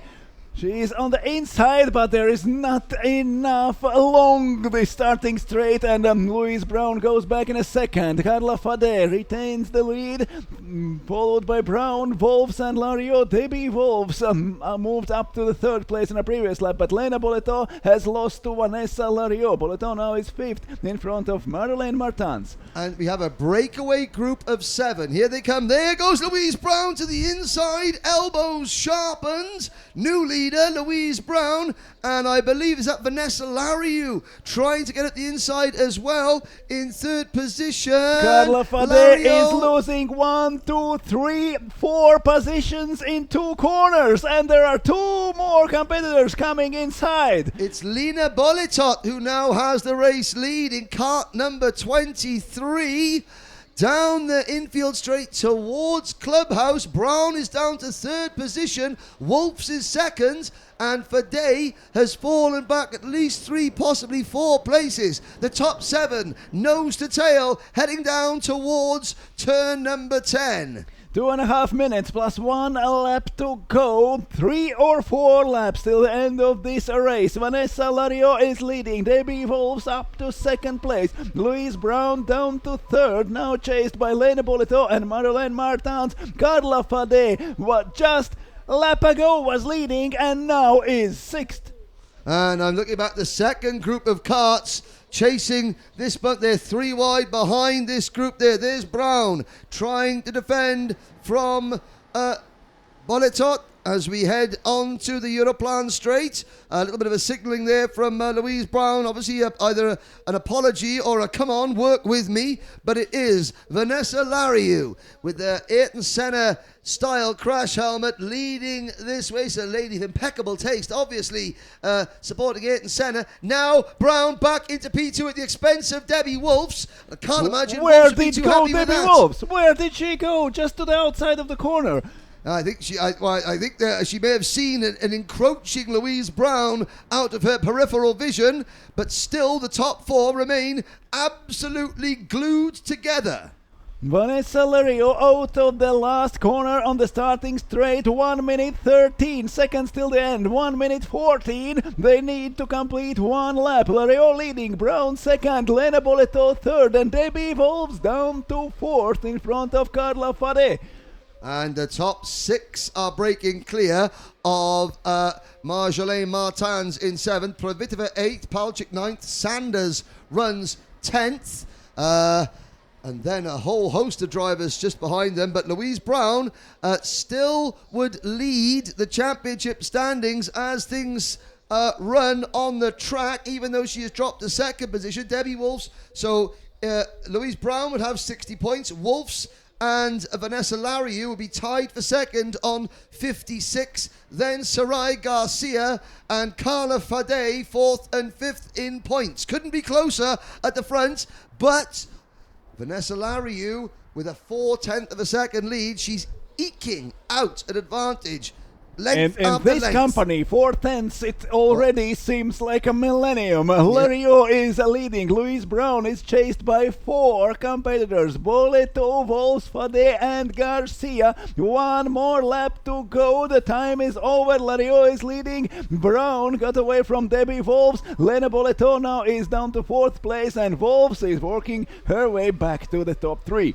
The rest of the field still flooding across the start-finish line, and into turn number 2 go the leaders.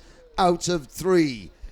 Marlene Into 4. Martins has got a penalty of 3 seconds. Oh, in the And number now 28. she is classified 7th. So in the number 28 cart, let's try and see. So that would be, she at the moment, she is just 1.6 seconds off the lead in 2-4 5th position, but add 3 seconds, drop one of this lead group out of contention. Marjolaine Martins, I think, in the second drive with the yellow crash helmet. There is Vanessa Lariou. This is half a lap from home. The 21 cart evoking the spirit of Senna through Clubhouse. Brown gives chase, as does Wolf, as does Boletot, but they will not catch Vanessa Lariou. Looking down, the number 21 didn't compete last year, a top 10 finisher in Paris 2 years ago, and Lariou has a first win of the week here in Genk in Belgium, and she is very, very pleased with that. Because she now is 3rd in the standings after 2 heats and losing just 4 points to Louise Brown. Brown finishes 2nd behind Lario in this race. So Louise Brown is leading the standings with 3 points over Debbie Wolfs, who is 3rd now. And those ladies will fight it till the end. Lario 1st, Brown 2nd, Wolfs 3rd, then Boleto, Garcia, Carla Fade, Marlene Martins with 3 seconds penalty manages to finish 7th. Then Nicole Protivova, A.B. Sanders is 9th, and Lea Tainikar 10th.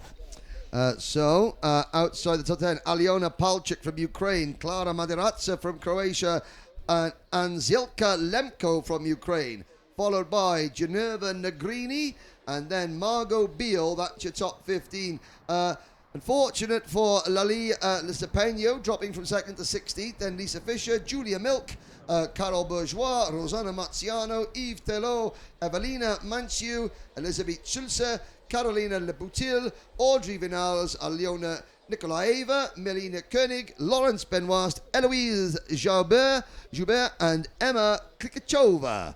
As we watch that, and again, I'm pleased to say a number of ex-carters watching in from the UK. Driver that I worked with a lot when he was younger, Sean Arnold, watching. Sean, this is the women's event, so you need to have that operation that you've been saving up for to qualify for this event next year. How are you doing, mate? Marjolaine Martins under investigation. I think that might be, yes, that would be, and the number 18 driver also under Aliona investigation. Palchik. Yes, so didn't quite see what was going on back there. Louise Brown leads the championship with 60 points. Debbie Wolfs, 57. Vanessa Lariou, 56. Sarai Garcia, 2 very good results for the Spanish lady, 54 points. Then Carla Fade and Abby Sanders tied for 5th on 48 points. That's 2 heats down for the women, 1 to go later on. Next up, the second round of the Sprint Cup races. 4 heats in this second round, and this is where the championship standings get really interesting, because the drivers racing against different drivers in every heat race. Things are going to get mixed up.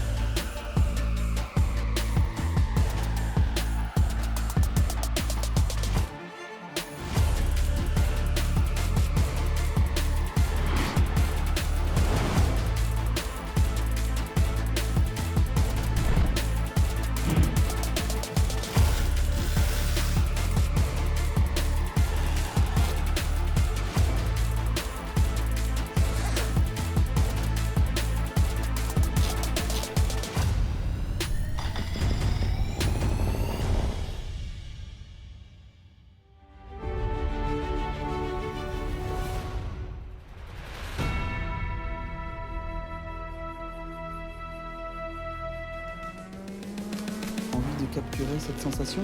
Rien de plus simple avec la caméra casque Cambox. Design ultra discret, adapté à tous les casques. Avec sa vue immersive unique au monde, captez vos émotions de course en toute sécurité. Caméra casque Cambox, the safest immersive memories.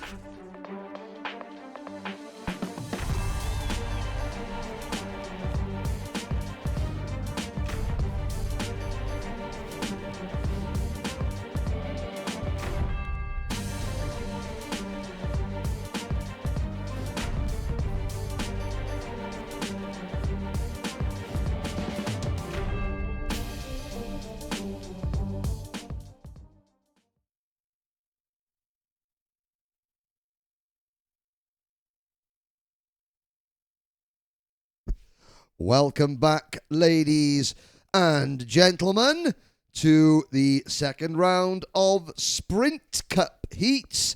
This is Group A. We should have, 24 drivers. Sadly, Lithuania's Pranaitis Juradas has withdrawn from the meeting, which is a shame.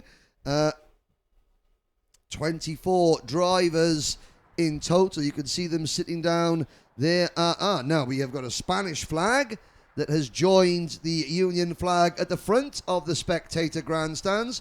And so you can bring your flags. Yes, there will be opening ceremony at the end of the heat. So, get your let's flags. Prepare. Get your flags down across the front of the grandstand. You got one British flag. You got one Spanish flag.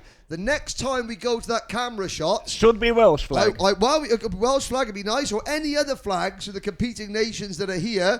Get your flag draped across the front of the spectator grandstand, because you've got the WFR Live TV. You've got a great camera shot of you all in the grandstand. There it is. So get your flags pinned up across the front of that the grandstand. There's definitely a bunch of Ukrainian flags out there. In fact, there's one gentleman who is clutching his Ukrainian flag around his shoulders.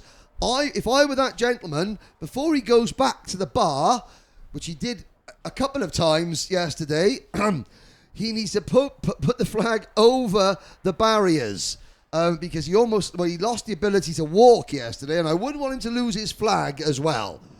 So get ready for Drivers Parade. After third heat, there will be opening ceremony and Drivers Parade. Everyone, sprint drivers, women, masters, kids and juniors, and also endurance drivers will join us for the Drivers Parade at the end of this day, this evening. Yes, Drivers Parade and opening ceremony. And just in the foreground of your screen there, the sunglasses on, that's Thomas Parikard from 3MK Events and Sodicart, who is one of the organisers of the event. Yep. Oh, there we go. Get out of the way, Thomas. Out of the way, Thomas. Here we go. Drivers heading out onto the circuit. And here is your starting lineup. Konstantinos Nousapoulis from Greece will start from pole position alongside Germany's Duke Melchior. Then Amaro Maduro from Aruba and Levent Zabo from row number 2. This is the highest any driver from Aruba has ever been in the Saudi World Series finals. On row number 3, we have Nick Kosasina, kids winner 2 years ago, junior winner last year, looking for 3 in a row this year, and Stefan Marudov. Japanese driver Makoto Kubo from 7th and Logan Sonye from 8th. Alessandro Grilli and Adrian Ionesco are next up from Italy and Hungary, respectively. Ricardo Lopez Pires and Jakub Twarzowski joining everyone else on the warm-up lap.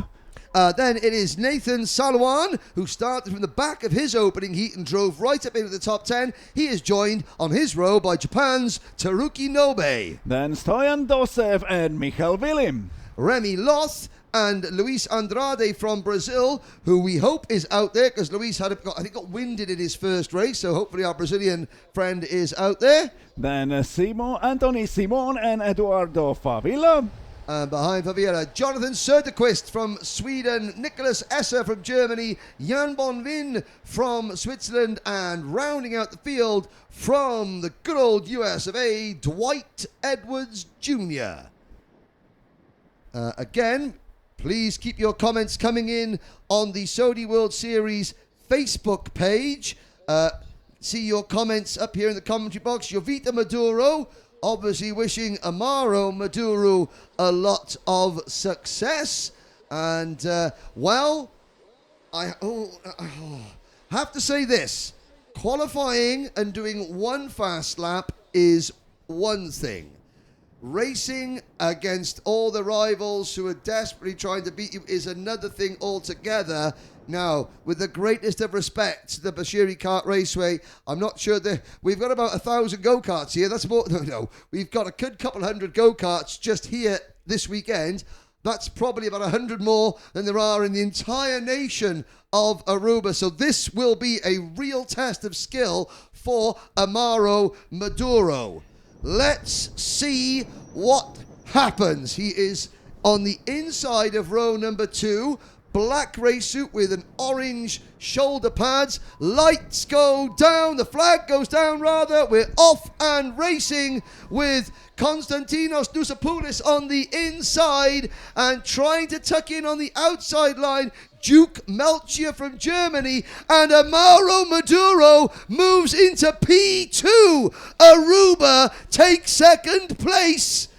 That is nothing that has ever been said before in international kart racing. Aruba looking for the race lead.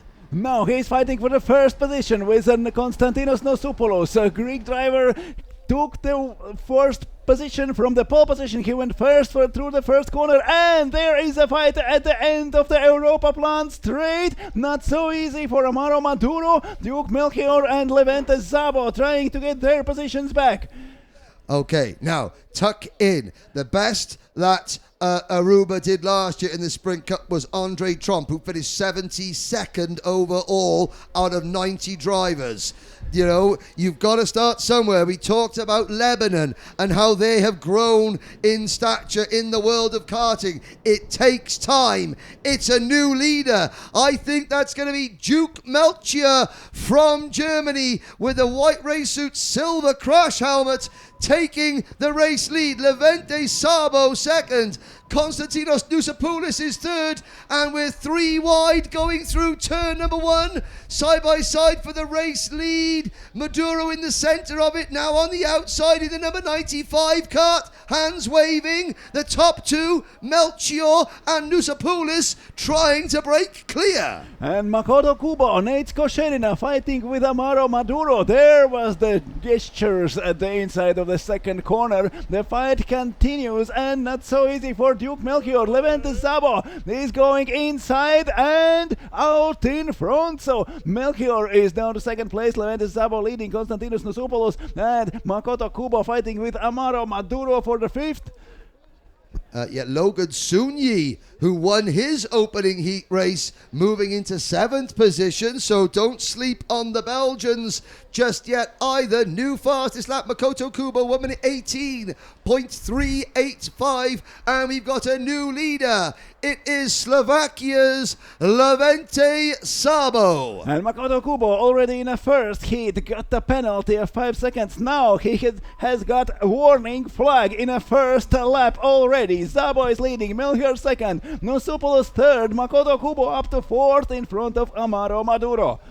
Through turn number 2 go our trio of leaders. Nousopoulos in 3rd place with that dark blue crash helmet. The driver with the silver crash helmet and the white, green and black race suit in 2nd place. That's Germany's Duke Melchior leading the way. Levente Sabo. They are clear of Makoto Kubo and Maduro in 5th, followed by Sunyi in 6th, Lopez Pires in 7th, Salwan in 8th, Nobe 9th, and Nick Cosacina rounds out your top 10. What a start from Dwight Edwards Jr. in kart number 34. He has come from the back of the pack all the way up to 12th, and that's without any crashing.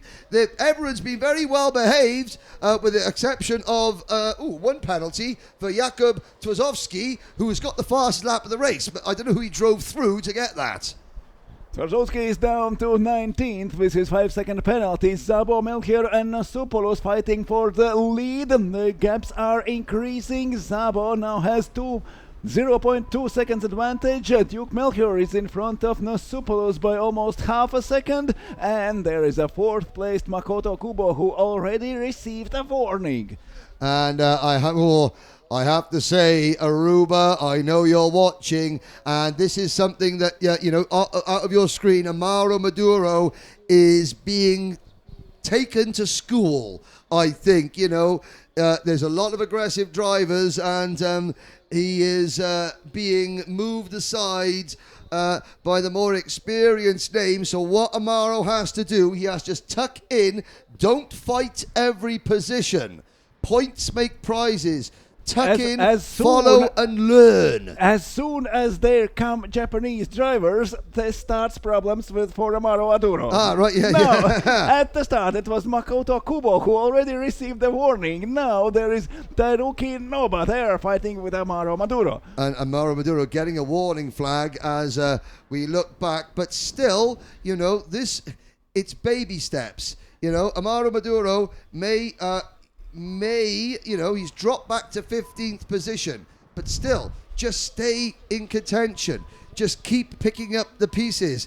And he's got a penalty, 3-second penalty for Amaro Maduro. That shows he's trying. We'll have to he's not giving up. He's for not sure giving up, but we'll go back to the front now. We'll see Aruba later on, but it's going to be Savabo and Melchior working together, trying to pull away. And behind them, Nosopoulos and Makoto Kubo fighting for third. Melchior is right at the back bumper of Zabo. They're fighting through the button chicane. Very, very close distance between first and second, and third and fourth. Zabo and Melchior, Nosopoulos and Kubo.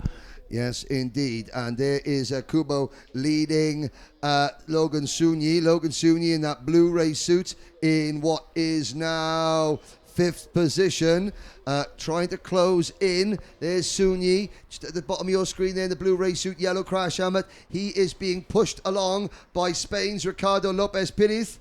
And into turn number 10, the top, it's like Noah's Ark. 2 by 2 by 2 by 2. First and second are battling. Third and fourth are battling. Fifth and sixth are battling. Seventh and eighth are battling. And then in 9th position, 9th position on the road. I'm just going to have to see who that is as they go through the orange. That's Nick Cosacina in 9th place, followed by Dwight Edwards Jr., who continues to fly through the order. Speaking of flies, there's one in the commentary box. Luis Andrade from Brazil. Excellent from Luis Andrade after retiring from his first race. He has now moved into 11th, followed by Adrian Ionesco, Anthony Simon, Nicholas Esser, Eduardo Favia, Remy Loth, Michael Vlim, Sodakist, Torozowski, Maduro, Bonvin, Grilli, Marudov, Dosev. That is your order as things stand. And we have 5 pairs fighting for a top 10 position. Zabo and Melchior, Kubo and Nosopoulos, Sunya and Pires. They are fighting. We have less than 3 minutes and 1 lap to go. Melchior right behind Zabo. They are going into the last corner and out of the finish straight. In front is Zabo. Melchior is following him very, very closely, looking for his opportunity to make a move. Then Kubo and Nosopoulos. Nosopoulos very, very close but unable to dive inside of Japanese driver Kubo, still third. Levente Sabo was third in this event 2 years ago. Melchior in kart number 26, 18th in this event 2 years ago. Neither driver qualified last year. Makoto Kubo in kart number 63 was in Slovakia a year ago, finished 12th 1 year ago. Konstantinos Nosopoulos in kart number 35. Well, he was an endurance race, I believe, last year. The go-kart set in Raki, I believe it is. Then it's Sunyi in 5th. Logan Sunyi, it's really hard to do this. Sunyi has finished 17th in the last 2 years, which is impressive when you consider there's 90 drivers every year to come. 17th, both the last 2 years. He's looking stronger this year, however. Then it is Lopez Pires, Salwan, Nobe, Cosacina, and Edwards Jr. Pires tries to go inside the last corner, but that move is unsuccessful. Szabo and Melchior through the straight. 1 minute 15 seconds till the end. 1 minute 13. They need to complete one lap. That means 2 laps till the end of this race. In the last seconds, they will cross the finish line one more time. 2 laps to go. Levente Szabo and Duke Melchior still fighting for a win. Kuba and Nasupoulos for 3rd place. Sunia and Piris for 5th, and then Salaun and Nobe behind them. Yes, indeed. 48 seconds to go. Szabo and Melchior have an advantage. The top 3 pairs going down the Europlan straight. Why are they working together? Well, it's simple. They've figured it out. The 8 wheels working in unison travel a lot faster than 4. Every time you go down a straight, the 2 leaders, you see Levente Szabo, he breaks the air. He breaks the air, and Melchior is tucked in behind him, so there's no air going into the face of Melchior. That gives him that vacuum behind Szabo's car, kind of sucks Melchior towards Szabo's rear bumper, and then very subtly you'll just see Szabo rest his nose on the rear bumper and just sort of ease his way, and they work together to push away, and that's what everybody at the front is trying to do as the clock strikes 0. And did it strike 0 before before they crossed the finish line? It seemed they got one more lap. Okay, so this isn't the last lap. On our screens there it says, it doesn't say final lap, so Melchior has time to think about it. Down the Europlan straight, Melchior looks over his shoulder to see where his nearest rivals are. The answer is Kubo and Nusapoulis are closing in. As we come through the button corner for the penultimate time, the gap between the top 2 and 3rd and 4th is closing. We have a gap between top 4 drivers within 1 second, 0.9 from 1st to 4th. Szabo, Melchior, Kubo and Nasupoulos. All 4 drivers are closing in a lap before the race ends. Szabo and Melchior in the last corner. Melchior is not able to make a move there, but he is very fast, bumper to bumper. They're out on the straight. Both are looking back and watching how close is Makoto Kuba and Konstantinos Nasupoulos. Top 4 drivers going into the last lap of this race. Duke Melchior, there is no place to go. Szabo starts to drive defensive on the last lap of this race. Melchior behind, and Kuba and Nasupoulos, they are trying to catch the leaders. Behind them, Sunia and Piris fighting for 5th, then Salaun, Nobe, Janecko and Esser at the end of top 10, moving up the ranks. Dwight Edwards Jr. is 11th already. Anthony Simon behind him, and Luis Andrade in 13th position in front of Lemmy Lott. And now into the 180 for the final time. Finally, Kubo and goes Nusapoulis. wide. He goes wide. Melchior and Szabo fighting at the front of clubhouse. Szabo from the outside. Melchior now on the inside. They are approaching the next corner, next left-hander, and again Melchior and Szabo. Kubo is still 3rd and chased by Nasupoulos. 4 drivers fighting for the first 4 position. They are side by side out of the last corner to the starting straight. Kubo is down 2 fourths. Duke Melchior takes the win. Levente Szabo is 2nd. Nasupoulos 3rd. What a 4-kart battle there at the end.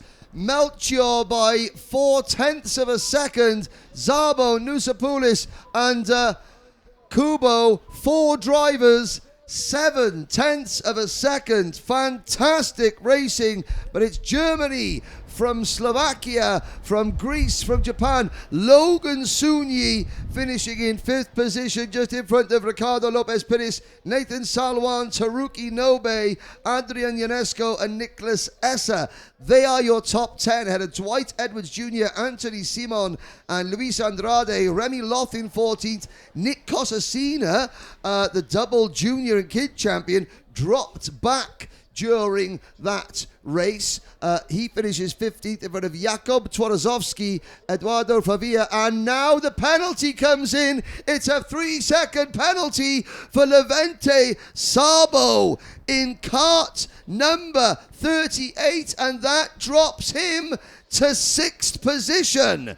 That will harm the Slovakians' chances later in the week. It must have been for cutting the track, making contact, or pushing and gaining positions. We don't have the reason behind it on our screen. All we do is we have 3 seconds. 3 seconds. Further down the order, Alessandro Grilli finishing in 18th position, Michael Vlim, and Mauro Maduro, a top 20 finish for Amaro Maduro. Still, that is progress. Jonathan Söderqvist, And he was higher on the track because he has a 3 second penalty too. So very good race for him.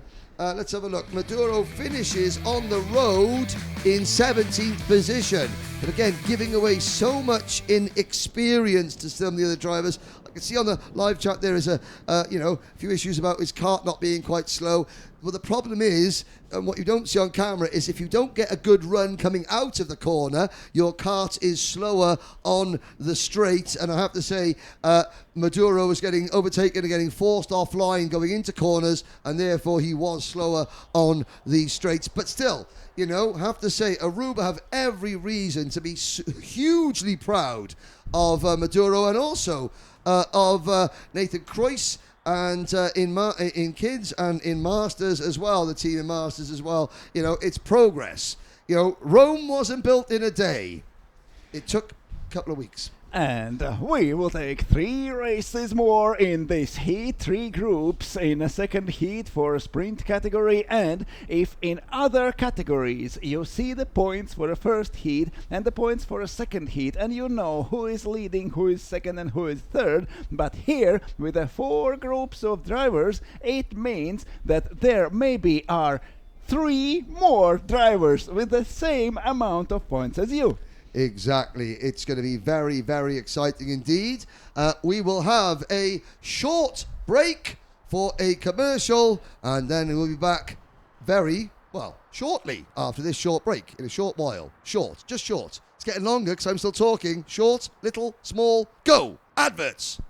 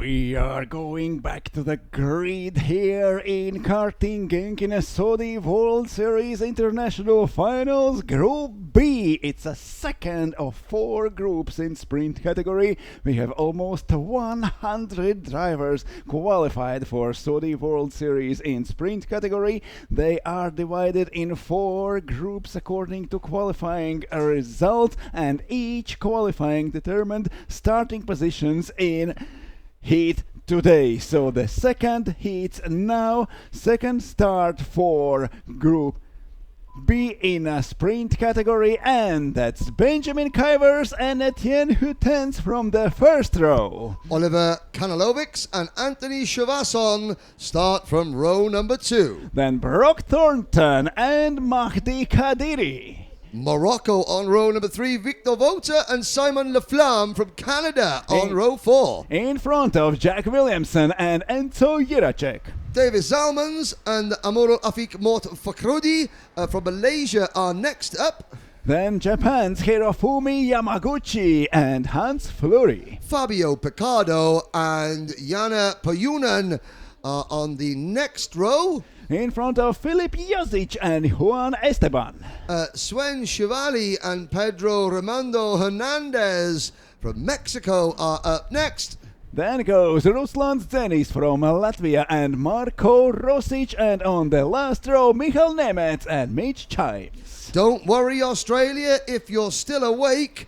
Mitch Chimes coming from the cheap seats in the back.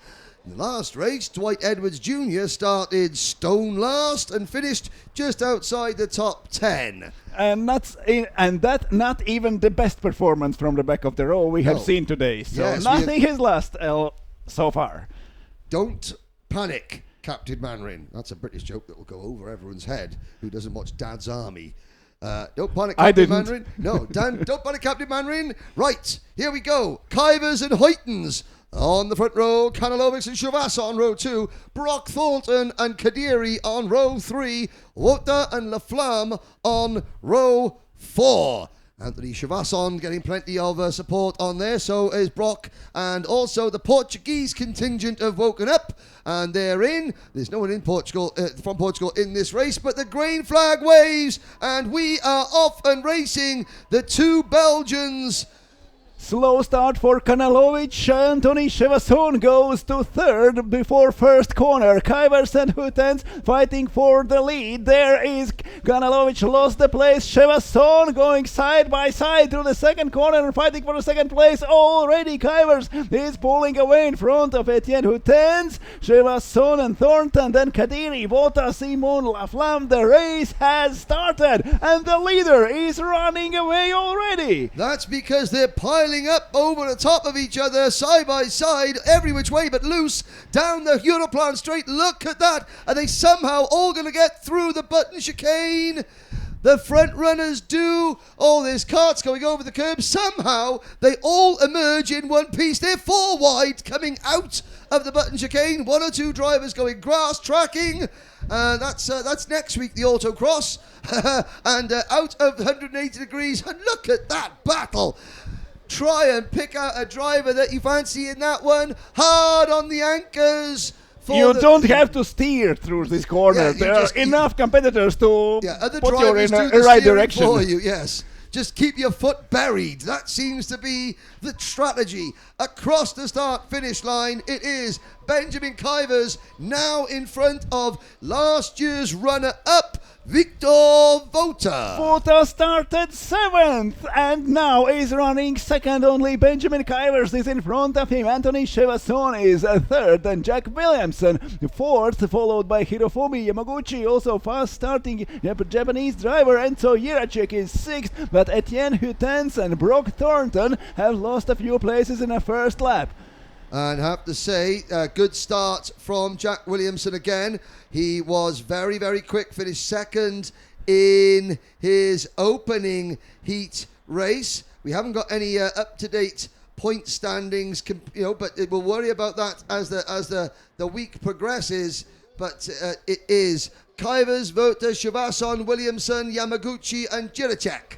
And Victor Vota from 7th to 2nd, but it took only one lap for Benjamin Kuyvers to build a 1.5 seconds gap in front of everyone. Kuyvers is leading. Can Victor Vota catch him and fight for the first place? Vota was 7th. He already overtook 6 competitors in one lap. Now he's 1.1 seconds behind Kuyvers. Vota is closing by 4/10 in one lap. And a penalty for Sven Chevali from Switzerland, and that drops him from, well, it drops him from 10th to 24th and last, because the middle pack is so close. The leaders are heading down the Europlan straight there. There's Jack Williamson checking over his shoulder. He's keeping himself hunched down behind the steering wheel, trying to create maximum aerodynamic efficiency through the button S as we go. Kuyvers is trying to run away like a scalded dog, and then it's Vota, Chevasson and Williamson. And also Vota holding lead over Chevasson. He has almost a second advantage and trying to close, and Kuyvers, Chevasson and Williamson fighting for third place, and now they're aiming at the last corner. There behind them is Hirofumi Yamaguchi. 3rd, 4th and 5th places on the track. Yamaguchi goes inside. They are fighting at the beginning of the next lap. Kuyvers only 6/10 of a second in front of Vota. It took 2 laps for Vota to decrease Kuyvers' lead from 1.2 seconds to half a second. And Team Australia, Brock Thornton has dropped to 10th position, but going the other way is Mitch Chimes from 24th up to 18th. The driver that started alongside Mitch on the back row of the grid, Mikael Nemetz, is also moving up. He is into 17th position. But other performances of note at the moment. In 11th position, driver number 40, Amirul Afikmot Farhouti. From Lebanon, from Malaysia, I do apologise. But Kuyvers, the gap was 6/10 of a second, and we're watching them come out of 180 degrees now. And Kuyvers looks over his shoulder, and Victor Vota is right there into Clubhouse Corner. Vota doesn't make the move yet. Now, and he looks forward and signals to Kuyvers. Look at that, there we go. Just gives him pointing. So I think that might be a signal to say, okay, I'll work with you, don't start defending. And there you can see as they cross the start-finish line, Vota tucked in behind his rival, pushing him along. And there is a Chevasson and Yamaguchi fighting for 4th place, but Kuyvers driving defensively and losing time. It looked like you said that Vota told him, drive away, just drive your qualification lines and we will run away from everyone else. There is Williamson, there is Yamaguchi, there is Chevasson, they are all fighting. Victor Vota told a fib to Kuyvers. Kuyvers thought he was going to work with him. Vota passes him for the race lead. Now will Kuyvers think, okay, well, game on, because Jack Williamson has just caught the top 2 in cart number 48. So while Vota and Kuyvers slowed each other down slightly, Williamson Vota waited them. half a lap to Kuyvers to start to drive away. Kuyvers went defensively and lost time. Yes. Now they have swapped the places. And don't forget Hirofumi Yamaguchi and Anthony Chevasson. They're not out of this one yet. Behind them, it's Enzo Giracek in 6th, Etienne Hoytens in 7th, Juan Esteban in 8th, Brock Thornton in 9th, and Davis Zalmans rounds out your top 10. Mitch Chimes, he started going forward, now he's going backwards. That is down to 21st now for the second of the 2 Aussie oi in this race. And top 3, Vota, Kuyvers and Williamson. Kuyvers defending his position from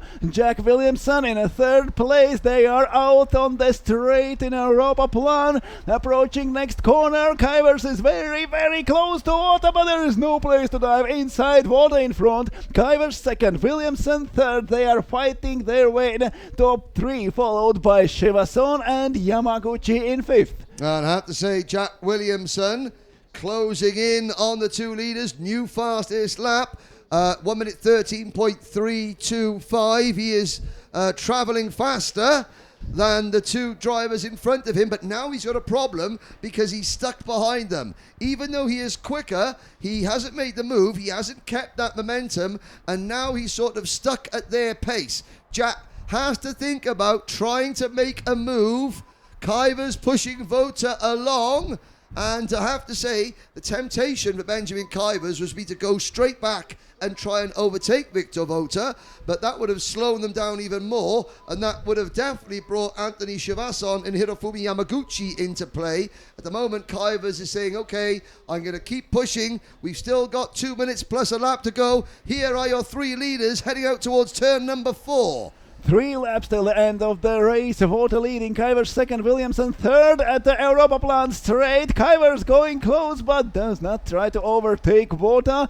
They are joined by Jack Williamson, but no one is risking to go off the slipstream and try to overtake. There is Williamson on the inside in a 180 degrees corner. Vota still in front, but Jack Williamson, he goes in front of Kuyvers. It seems like he has to give the position back at the clubhouse corner. Kuyvers goes back to second and Williamson third again. Well, that's fair enough to Jack Williamson. I think he probably realised, I don't want to risk even a 3-second penalty. Now he makes his move. Now he has a little nibble up the inside into turn number 10. And now he completes the move. No complaints there from Benjamin Kuyvers. Williamson up to P2. But just look at the lead that Victor Vota has with 4th and 5th place closing back in Shivasson and Yamaguchi. But we have got 1 minute plus 1 lap for Williamson and Kuyvers to work together and catch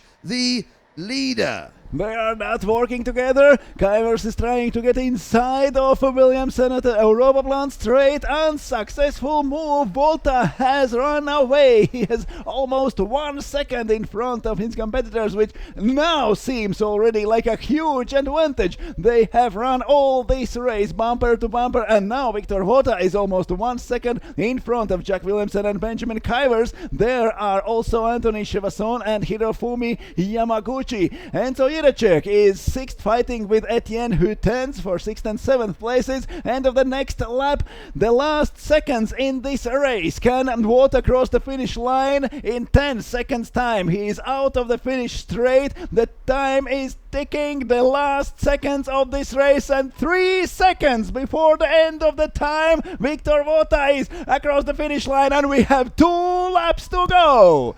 2 laps for Williamson and Kuyvers to catch Vota. Yamaguchi inside of Shivasson and up to 4th place. Yes, Hirofumi Yamaguchi making that move. Now, we'll see. It's so tricky for Kuyvers. He'll want to try and pass Williamson. Does he look into turn number 4? No, he doesn't. Now we go down the Europlan straight. We can see now, will the gap close? Williamson is in the slipstream. The gap to Victor Vota is nothing. You could hardly fit a cigarette paper between them as they head round the Button Complex one more time, and Vota defends into 180. Williamson's going to get a good run down the infield straight, but Vota defends the inside line. Watch now for Kuyvers, the crossover move. He'll go wide on the exit. Can he cut underneath into turn number 9? Not quite, but he swings to the outside going into turn number 10. Williamson also goes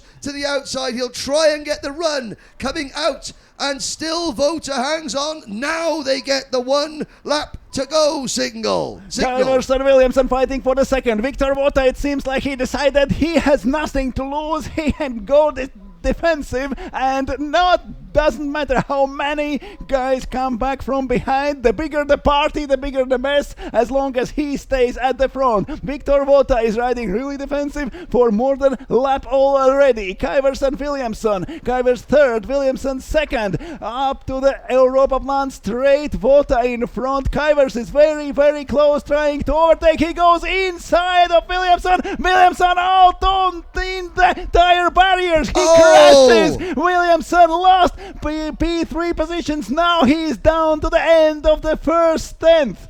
And Williamson gets going again. He turns the cart around. And, well, we'll see what the stewards have to say about that. But it's Vota from Kivers. And it's Yamaguchi, who now is running third after Williamson's crash, but not for long. And after Yamaguchi, Etienne Hutens, Anthony Chevasson is that one who is trying to overtake him in the last corner. But the Japanese driver calls off this attack and is finishing third. And Amrul Afik Mod Fakhrudi getting a penalty. So, as the field crosses the line, amongst them a very disappointed Jack Williamson, who salvages 8th place. Kivers, no celebration from Kivers there. I think he knows that there was, a little bit of, well, I know the phrase rubbing is racing, but not when another driver ends up in a tyre wall, has to say, but we'll have to see what happens at the end of that one. But unofficially, Victor Vota takes the victory for Poland. Then it is Benjamin Kivers in so second far, place. no penalties for leading drivers, No, no so warnings even. Yamaguchi third, Chevasson is fourth, and Enzo Giracek, Etienne Huytens, Brock Thornton, Jack Williamson, Juan Esteban, and Davis Zalmans. That's your top 10. Oliver Kanalovics, Ruslan's Dennis, Fabio Picardo, and Madi Kadiri. So Morocco finishing in 14th, ahead of Simon Leflam, Amrul Afik Mod Fakhrudi, Hans Fleury, Sven Chevali, Marco Rosic, Jana Payunen, Mitch Chimes, Pedro Raimondo Hernandez, Mikael Niemetz, and Filip Jokic. That is your 24 kart finishing order. And I'm wondering, we've had some great action replays. I wonder that last lap, well, we won't be able to see that incident again, unfortunately. Maybe that's for good, actually. Yeah, maybe, well, maybe. Leave it to the stewards. So we have 2 races to go in a second heat. This was only Group B from a sprint category. This is second from 3 heats of this day. Tomorrow will be an endurance race here in Saudi World Series International Finals, and we will know the champions at Saturday. There will be a super heat where you can get 50 points instead of 30 for a normal heat, and you can get more than 100 points if you win in the final, but the winner is decided only adding together points from each heat plus super heat plus the final. So at the evening of the Saturday we will know the champion of the 2024 here in Saudi World Series International Finals.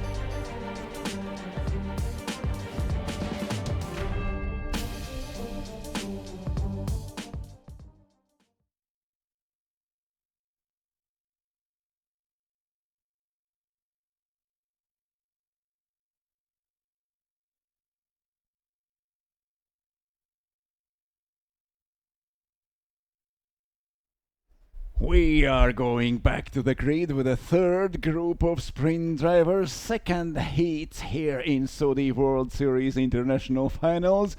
2 races to go in a second round of heats, then the third heat, and then we will count the points for a super heat and for the finals, and get ready for a driver's parade and opening ceremony at the end of this day. But now, Group C on the grid. Yes, indeed. Simon Delven, Remy Stellin on row number 1, Harry Sunanen and Simon Legal on row 2. Diego Perez Lara from Spain and Christopher Staune from Latvia in front of Kaspar Ritums. Magic Czupinski and from Madagascar, Kevin Andrea Maharo. Then Vladimir Yanchenko and Ahmed Al-Hamadi. Hopefully we'll see what Ahmed can do after an incident in heat number 1. Leonardo Bleak and the most Spanish name I've ever heard, Ian Fernandez. Then Michael Mattioli and Tommaso Pozzetti. Then we have Benjamin Donatov and Alexis Mellis in kart number 65. Alexis on the podium last year. And now he is starting only 17th in front of Albert Boss and Aidan Campbell-Bailey. Nico Teach and Etienne Mirand are next. Rounding out the field, Jean-Francois Drepoux from Canada and Jose Francisco Gonzalez Jimenez, who finished 14th in this event a year ago. Simon Delven, I believe, won his opening heat race quite comfortably, if I recall. They were in drastically different conditions. We have our only New Zealander competing in this race, Benjamin Donatov. We have our only Madagascan competing in this race, Kevin Andrea Maharo. And once again, this international event keeps on providing so many different countries get the opportunity. So many different names up at the front. The 71 kart, Simon Delven, has competed here the last 2 years. Harry Suonanen, well, he's doing better this year than he has the last 2 years. 37th last year and 40th the year before. Simon Legal. So he is aiming for at least top 10, considering this progress. A top 36 would be his best career performance. Simon Legal in kart number 91, 9th last year. And here we go. The signal is about to be given. And the green flag at the start, and we go again. Group C in a sprint category. Delven and Stellin from the first row. Suoninen a little bit slow from the start and chased by Lara and Taune. They are into the first corner. Delven and Stellin are leading, and there are 4 cars side by side into the double apex second corner. And they all somehow get round cleanly, but up at the front, single file and a 3-kart breakaway before the rest of the chasing pack move into view. Delven, Stellin, and I think that might be Simon Legal ahead of Sonanen. We'll have to see. They're 3 wide at the back of the pack. The rest of the front runners all single Suoninen file. is third. Suoninen is holding his third position. He is not lost at the start. He was a little bit slow in the first meters, but now he is still riding third and going into the inside of the Stellin. There was a contact between them, and Suoninen gives position back to Remy Stellin. Stellin is second, Delven is leading, and Suoninen still third. Into Clubhouse Bend, and the rest of the field safely negotiating that very tricky sort of right with a left kink at the end of it. End of lap number 1, 5 karts all in a line, cross the line together with Stellin, Delven, Suoninen, Legal, and Christoph Sauna at the back of that lead group. So it's France, Belgium, Finland, Austria, Latvia, with Spain, with Diego Perez Lara next. That unsuccessful move from Harry Soninen to Simon Delven allowed Legal and Taune to close in, and now there are not 3 but 5 drivers right bumper after bumper on the Europaplan straight. Stellin leading, Delven trying to catch him, Delven in a second, Soninen still third, followed by Legal and Taune. I did notice that there was a few little issues going on coming out of turn 4 onto the Europlan straight behind this lead group, and there is Sunanen in the blue race suit, black crash helmet, having a little look at the inside of Simon Delven, then tucks back into line. That allows Remy Stellin. Taune goes inside of Legal, he pushes him outside at the next corner. Legal is the inside line, and they are now fighting through the last corner of this race. Taune and Legal for the 4th place. Stellin, Delven and Soninen leading over the line, and Delven trying to go inside in the first corner. Delven takes the lead. Indeed, now will Stellin fight back? Soninen looks to the inside going into turn number 2 for 2nd place, and Harry Soninen second. He shows, let's catch him, not fight with me, let's catch him. Gives that signal to say, okay, now I'm in front, but he says, well, and Remy Stellin replies, say, well, okay, well, how about you push me and we'll catch you, and they're still side by side. While they discuss that, Simon Delven disappears into the distance. But Taune and the Legal joining the party, but they're fighting for the 3rd place Soninen, now. in the barriers. Soninen in the tyres, and he's going to be crouching down, hoping that nobody hits him, and he does. Soninen there, the cart just jackknifing round, and I think that we call that in the UK a Code Brown moment. Because there were 20 drivers coming down the flat chat, and only it takes one of them to go wide. And there we go. Oh, Ahmed Al Hamadi, a penalty. 5-second penalty. That drops him to 23rd position. But over the finish line, Stellin now is leading with Delven second, and Legal and Taune moving up to 3rd and 4th positions after Suoninen is out of the race. Yes, and now the yellow flags are waving at the end of the Europaplan straight. So as you see the drivers coming now are out of turn number 4 onto the longest straight, you will see the Zodiac kart officials on the circuit. So no overtaking, and the leaders slowing down. That's very good driving, and we are slowing down. No one's allowed to overtake. Brilliant driving there from Remy Stellin to slow the whole lead pack down. Yes, it's cost him time, but that's smart, safe driving from Stellin, from Delvenye, Legal, Sauna, Yanchenko, Melis, Boss, Bleak, Perithlara, Rittums, Gonzalez Jimenez, Andrea Mahamo, Pazzetti, Mattioli, and the rest. And now we have seven drivers fighting for the leading positions going out of the starting straight. Stellin is leading, Delven second with this one corner going slower than needed. Stellin has joined not by 4 but by 6 drivers just right behind him. Stellin in front, Delven second, Legal third, Taune 4th, Yanchenko, Boss up to 6th place, and Melis down to 7th.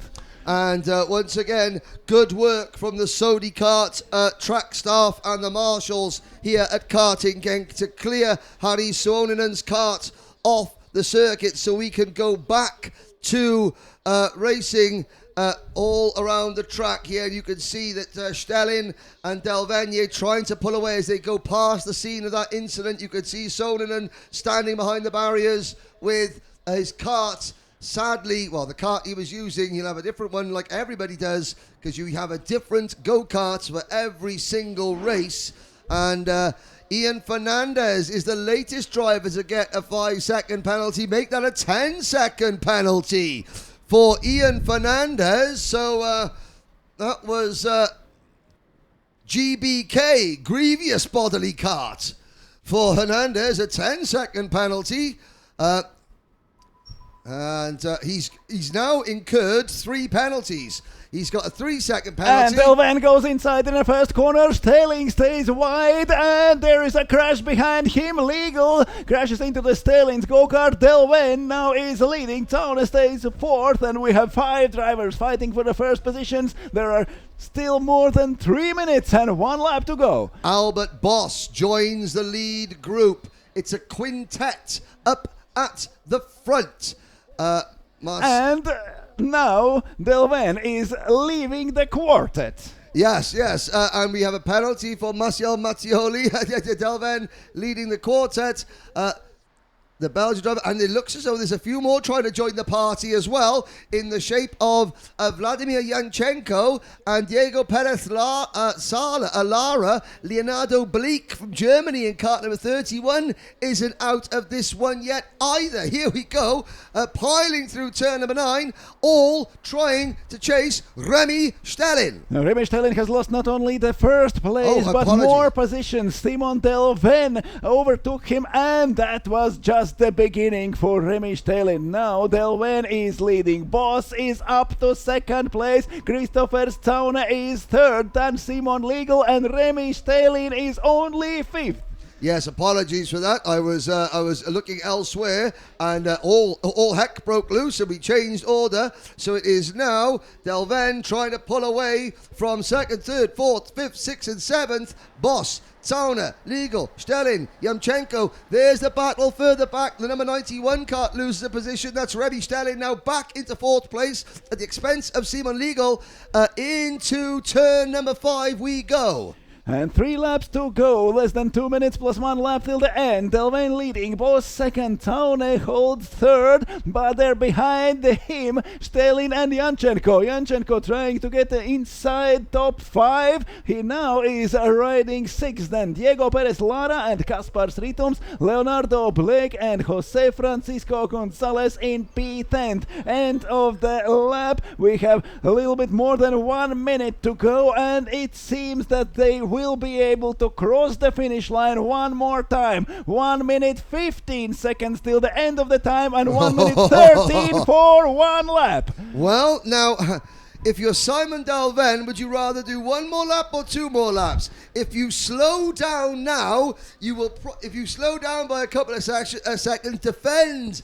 Then you are 6th at least, or 7th, yes, if you just a little bit slow down in that position. Very possibly, but he should. And he's out of the 4th corner, and Albert Boss goes up in the lead. And Delven losing not only 1st position, but also Taune and Stelling inside the next corner. 3 wide, almost 2 wide now through the button chicane. Who is that emerges in the lead? It's the number 23 kart. Christoph Sauner from Latvia now moves into top spot. Trying to see the red and white race suit in 2nd position. That is Albert Boss, who is still somehow 2nd. And then the number 71 kart of Simon Delven is 3rd. Will they cross the line? We're looking at the clock.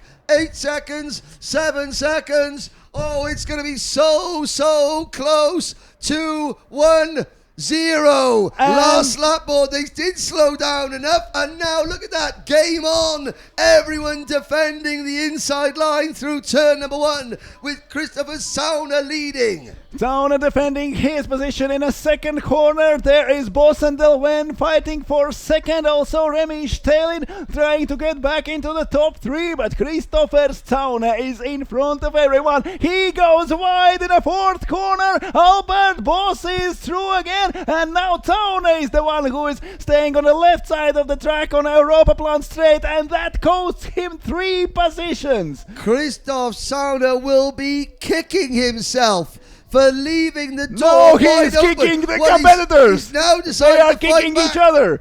He's fighting back into 2nd position. But as they come out of the 180, it is the number 71 kart, Simon Delven. I believe he could be the first person on course to win his first 2 heat races. Oh, we're 3 wide behind. It's Delven from Sauner. 1 corner to go. Will Sauner make his move? No. Simon Delven snatches the win. And I have to say, Christoph Sauner handed the win to Simon Delven on a silver platter, complete with the best cutlery in the house. But he got back from 4th position at the end of the straight to the 2nd at the end of the lap. Simon Delven takes the win. Christopher Stone is 2nd. Remy Stelin 3rd. Albert Boss 4th. Diego Perez Lara 5th. And Vladimir Yanchenko, Simon Legal, Maciel Mattioli and Kaspar Sritums Tommaso Pozzetti. That's top 10. Leonardo Bleak for Germany finishes in 11th place. Jose Francisco Gonzalez Jimenez finishes in 12th. Benjamin Dunatov is next. Alexis Mellis's week continues to go not as well as last year. He is only 14th in that one, ahead of Magic Tsubinski. Kevin Andrea Maharo disappointingly down in 12th, ahead of Etienne Miran. Nico Teach. Ahmed Al Hamadi with a 5-second penalty. That drops him down. Oh, now Mellis has been given another penalty as well. Jean-Francois Drapeau in 20th, followed by Aidan Campbell-Bailey, and then Ian Fernandez with... Well, congratulations, Ian. You're the first driver to get 3 penalties in a race. Totaling 13 seconds. Sadly, Harry Suonen retired. And now we have a look back at some of the great replay shots. And I have to say, WFR Live TV have been working diligently behind the scenes to make sure that the replays are still running. So well done. And if you have a look, the Ukraine are listening. There is now a Ukrainian flag up the front. But we have so many nations here. I don't want to see just 3 flags. I want to see, if you are in the spectator grandstands and you have a flag, let's get it over the barrier. I can see the Spanish flag, the British flag, the Ukrainian flag. Let's see, we've got 1 million people from France here. We haven't even got a Belgian flag, and we're in bloody Belgium. So come on, spectators, get the flags over the barriers. This is a carnival of colour. It is a cornucopia of karting colour here, and we want everyone with their flags waving. You're representing your countries here, so get your flags out for the boys.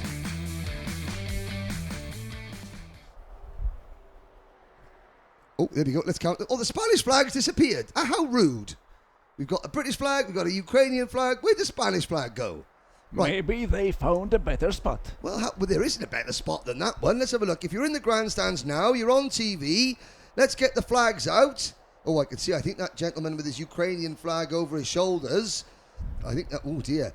I hope you're feeling better than you were yesterday, sir.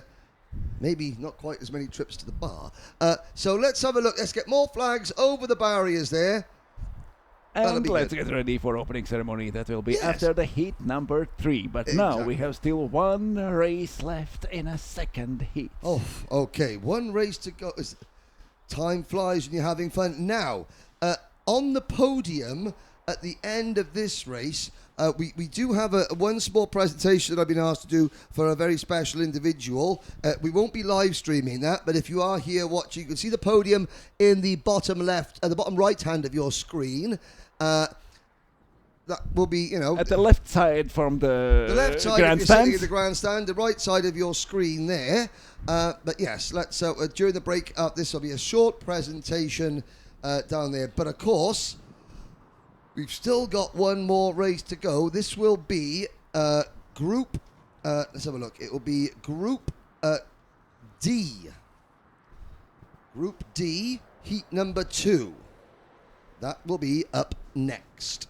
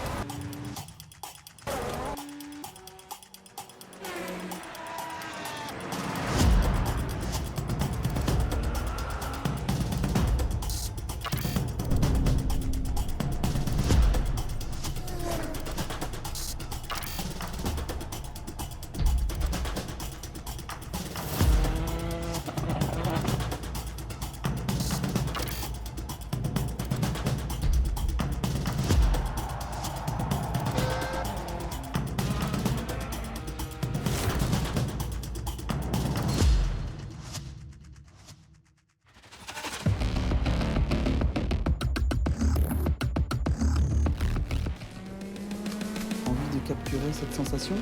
Rien de plus simple avec la caméra casque Cambox.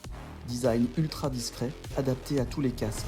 Avec sa vue immersive unique au monde, captez vos émotions de course en toute sécurité. Caméra casque Cambox, the safest immersive memories.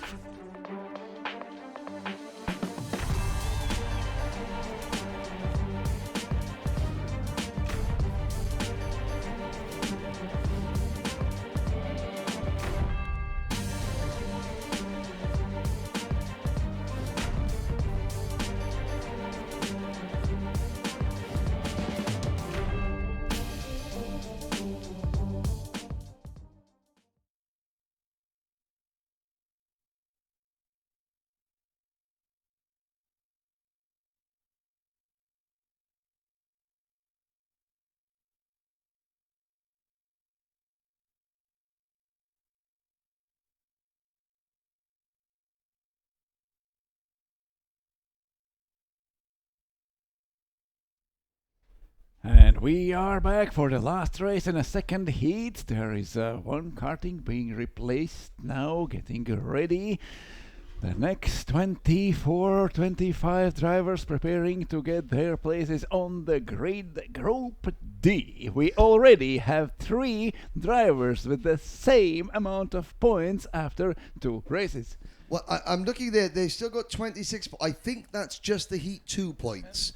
I think the heats that I don't think we've got the combined points. That's only second yet. heat. So it's only the second heat. And interestingly, when I went back there behind the scenes here, I could hear on the radios that there was a kart being replaced because the Saudi kart team were worried that the throttle might be sticking a little bit. So it depends in which position it is sticking. Yes. If it's full throttle, it's okay. It's okay. Yes. It's just drivers just got to hang on. So the last race in the second round of heats is just about to get underway.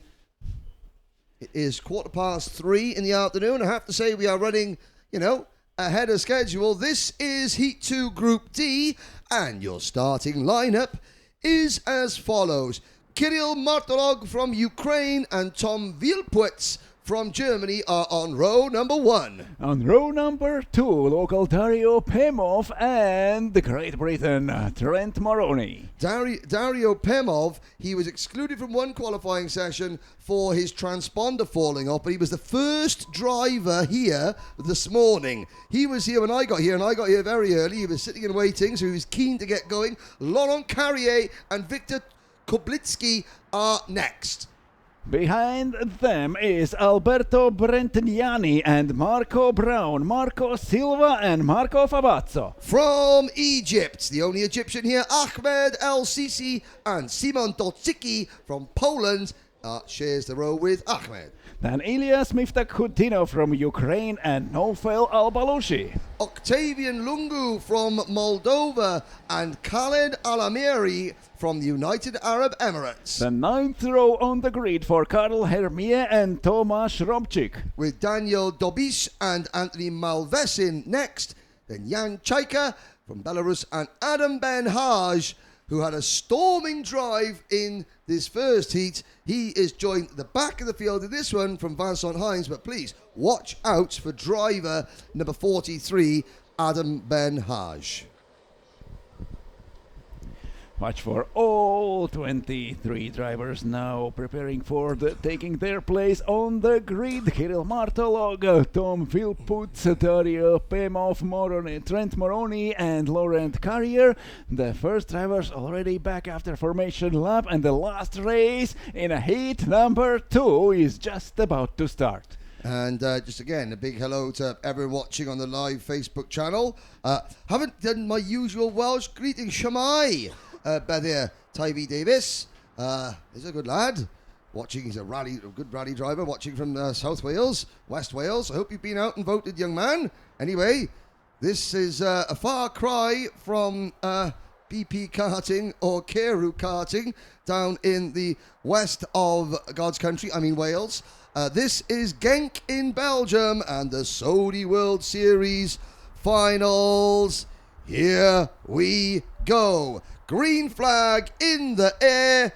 The second round of heats officially comes to a close with this race. We're off and running. It's a good start from Kirill Martolog, who And moves great across. start from Trent Moroni. He comes from the outside to the inside, and now emerging from the first corner first, it's a Trent Moroni who is leading. No, the Kirill Martolog is back in front, but Moroni gained already 2 positions in the 2 corners. Yes, and they're 3 wide back in the pack, as in every single race. I think if we don't have a race where they're at least 3 wide at some point, it's considered a disappointment.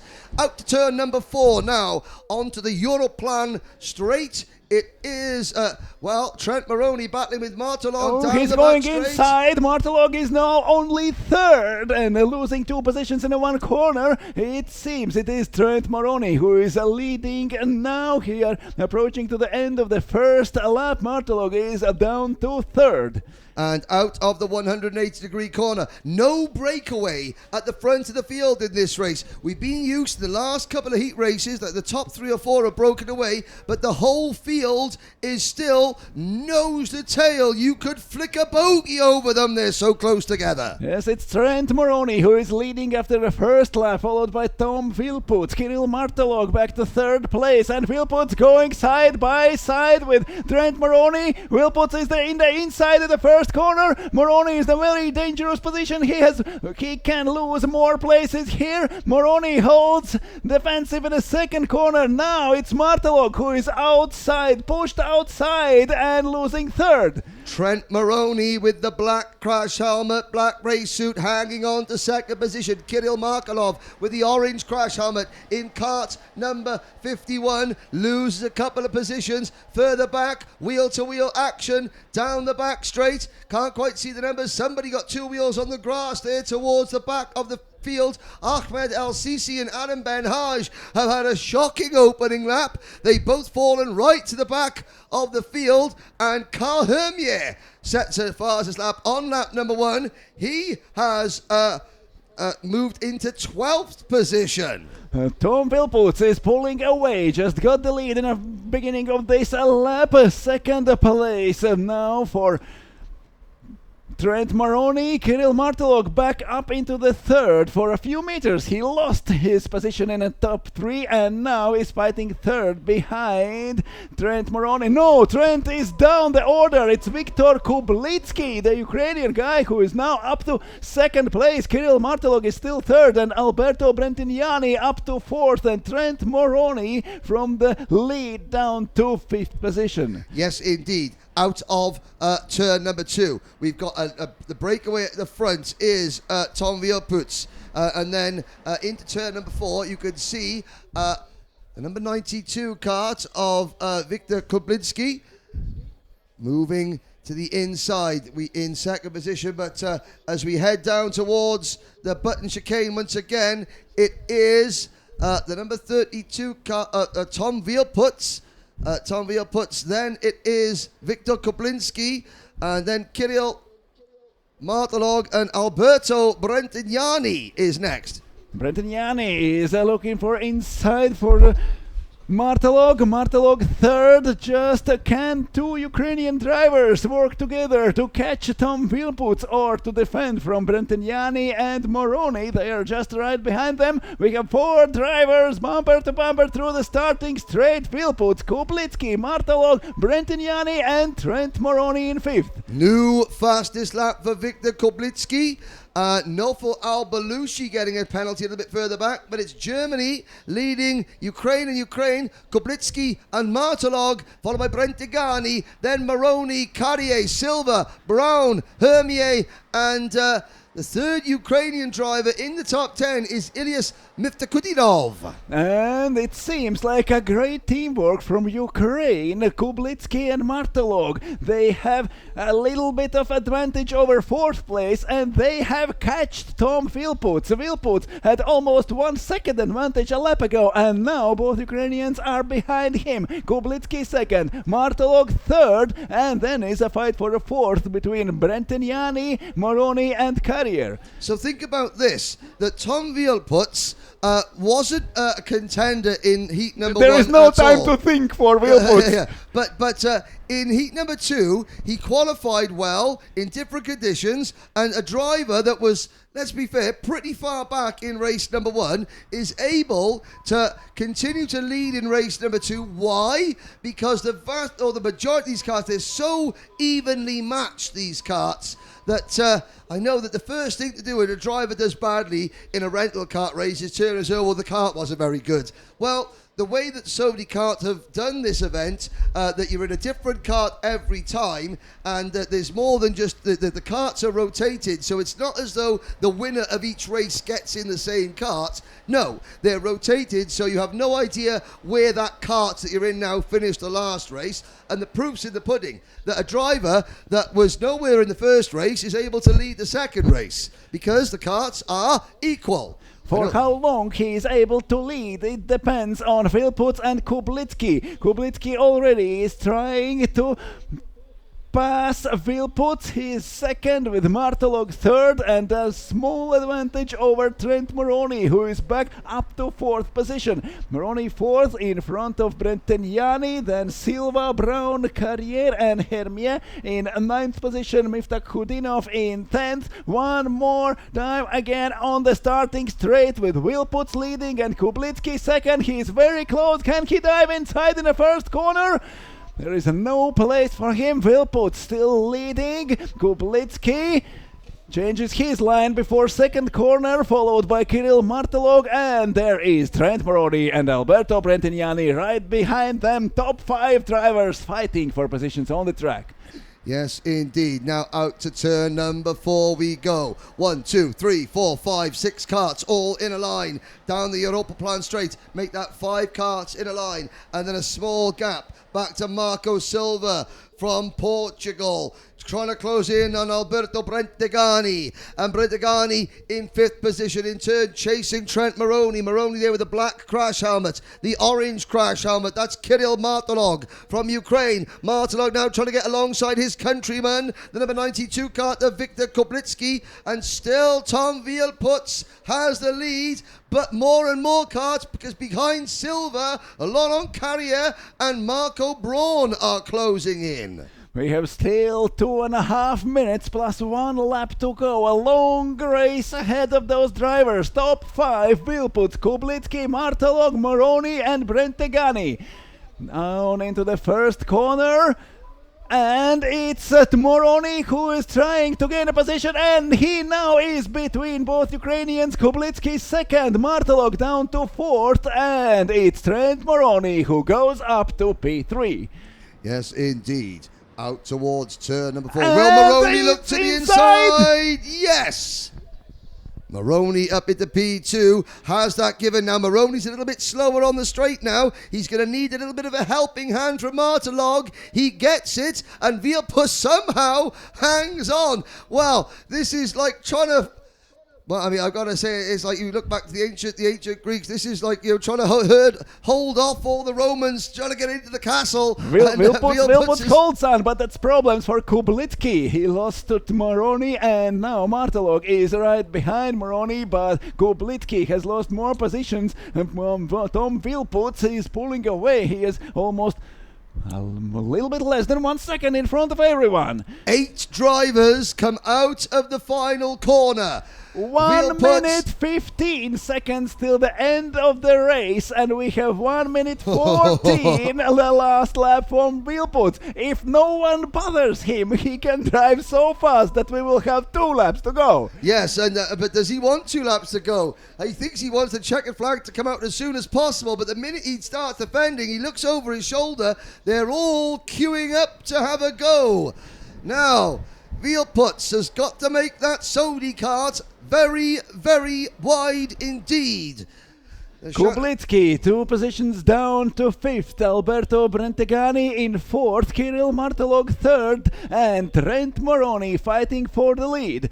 Tom Philpotts is still leading, but there is almost nothing left from his advantage, which was there at the beginning of this lap. The time is coming to an end. We have 20 seconds plus 1 lap to go. Philpotts leading, Moroni second. Moroni is very, very close. There's also Kirill Martelog, who can get a position, and Moroni goes inside in the last corner of this lap in the front of Philpotts. He is out on the straight again. Trent Moroni going defensive on the right side the whole starting straight. Moroni is leading. We will have, this is the final and Philpotts is on the outer line in the first corner, goes through Kirill Martelog up to 2nd place, and there is Brentegani and Kublitsky. And so, after leading almost the entire race, as we start the final lap, Philpotts is demoted, and now Kirill Martelog passes Trent Moroni for the race lead. Here comes Philpotts up the inside. That's Brentegani. Alberto Brentegani takes P3, and Trent Moroni coming back. 2 wheels on the curves. It's Moroni versus Martelog versus Brentegani versus Philpotts, Kublitsky, Carrier, Brown, 8 drivers. Look at them coming down. Well, Trent Moroni's going to have to make the rear end of that cart as wide as a London bus. Martelog to the inside. And Martelog is in front. There is Trent Moroni in the 2nd place, but chased by 6 another drivers into the last corner of this race. Kirill Martelog takes the win. And look at that. Carts on the grass. Oh my word! They have come across the line 4 wide. So different emotions from each driver crossing the finish line. That's the race. Laurent Carrier punches the air. Other drivers just want to punch someone at the end of that one. It was so close. But Kirill Martelog takes the win from Trent Moroni. And Trent Moroni had the more adventures than anyone else in this race, maybe. Okay, 2nd place down to 8th place, separated by 9/10 of a second. Martelog, Moroni, Carrier, Brentegani, Brown, Silva, poor old Tom Philpotts led into the last 2 laps, finishes 7th. Viktor Kublitsky is next. 9th is Marko Favatsov. Then Ilyas Miftakudinov, Anthony Malvesin, Karl Ermier, Khaled Alamari in 30th. Thomas Romchik, Dario Pemov, Ahmed Al-Sisi, Adam Benhaj, Octavian Lungu, followed by Daniel Dobish, Nofel Al-Balushi, Jan Chaika, Simon Dosicki, and Vincent Hines. What a way to end the 2nd round of heat races. Have a look at this. I mean, this is the start of the last lap. I mean, this is tame. This is tame compared to what there was like half a lap later. Here we go. The top. Here, Philpotts is still leading, and he doesn't know. He will finish only 7th. Yes, indeed. And of course, you've got 3 drivers. There's more action going on. Yeah, there's lots of hand waving going on. As soon as you lift your hand off the wheel, you Somebody else overtakes you. You already are losing 1 position. Now look, this is Philpotts, and now where did he? I think he lost it coming down. Moroni, no, that's the number. Is that Moroni? Yeah, Moroni dived inside. Yes, that's Moroni, and then Moroni getting a push from Martelog here to hold on to 2nd place. At this point, it looked as though Philpotts may have just got the jump and was able to scuttle away. But oh no. They started working together, this Moroni, Martelog, and I think that was Brentegani working together, and they finally just managed to shuffle Philpotts a little bit wide. Moroni was the first to go through. Then the floodgates opened. Martelog was next. Now Martelog to the inside of Moroni at turn 4 for Very the race clean lead. overtaking maneuver. And well, it all just got more chaotic from here. Through the button S's into turn number 5. Moroni 2 wheels up on the curve. Philpotts already 5th. Philpotts almost on the outside there. Maroney leads here. Now, this is where the final move came, and I got a feeling Maroney wasn't too thrilled about this. Martelog, mirror signal, maneuver, 3 wide behind, and 4 wide across the line. What And a rallycross finish. across the line. Rallycross. Manuel Branco with the checkered flag doing a bit of a hop, step and jump. There's still only 2 flags on the spectator area. That's poor. More flags out on the front of the grandstand, please.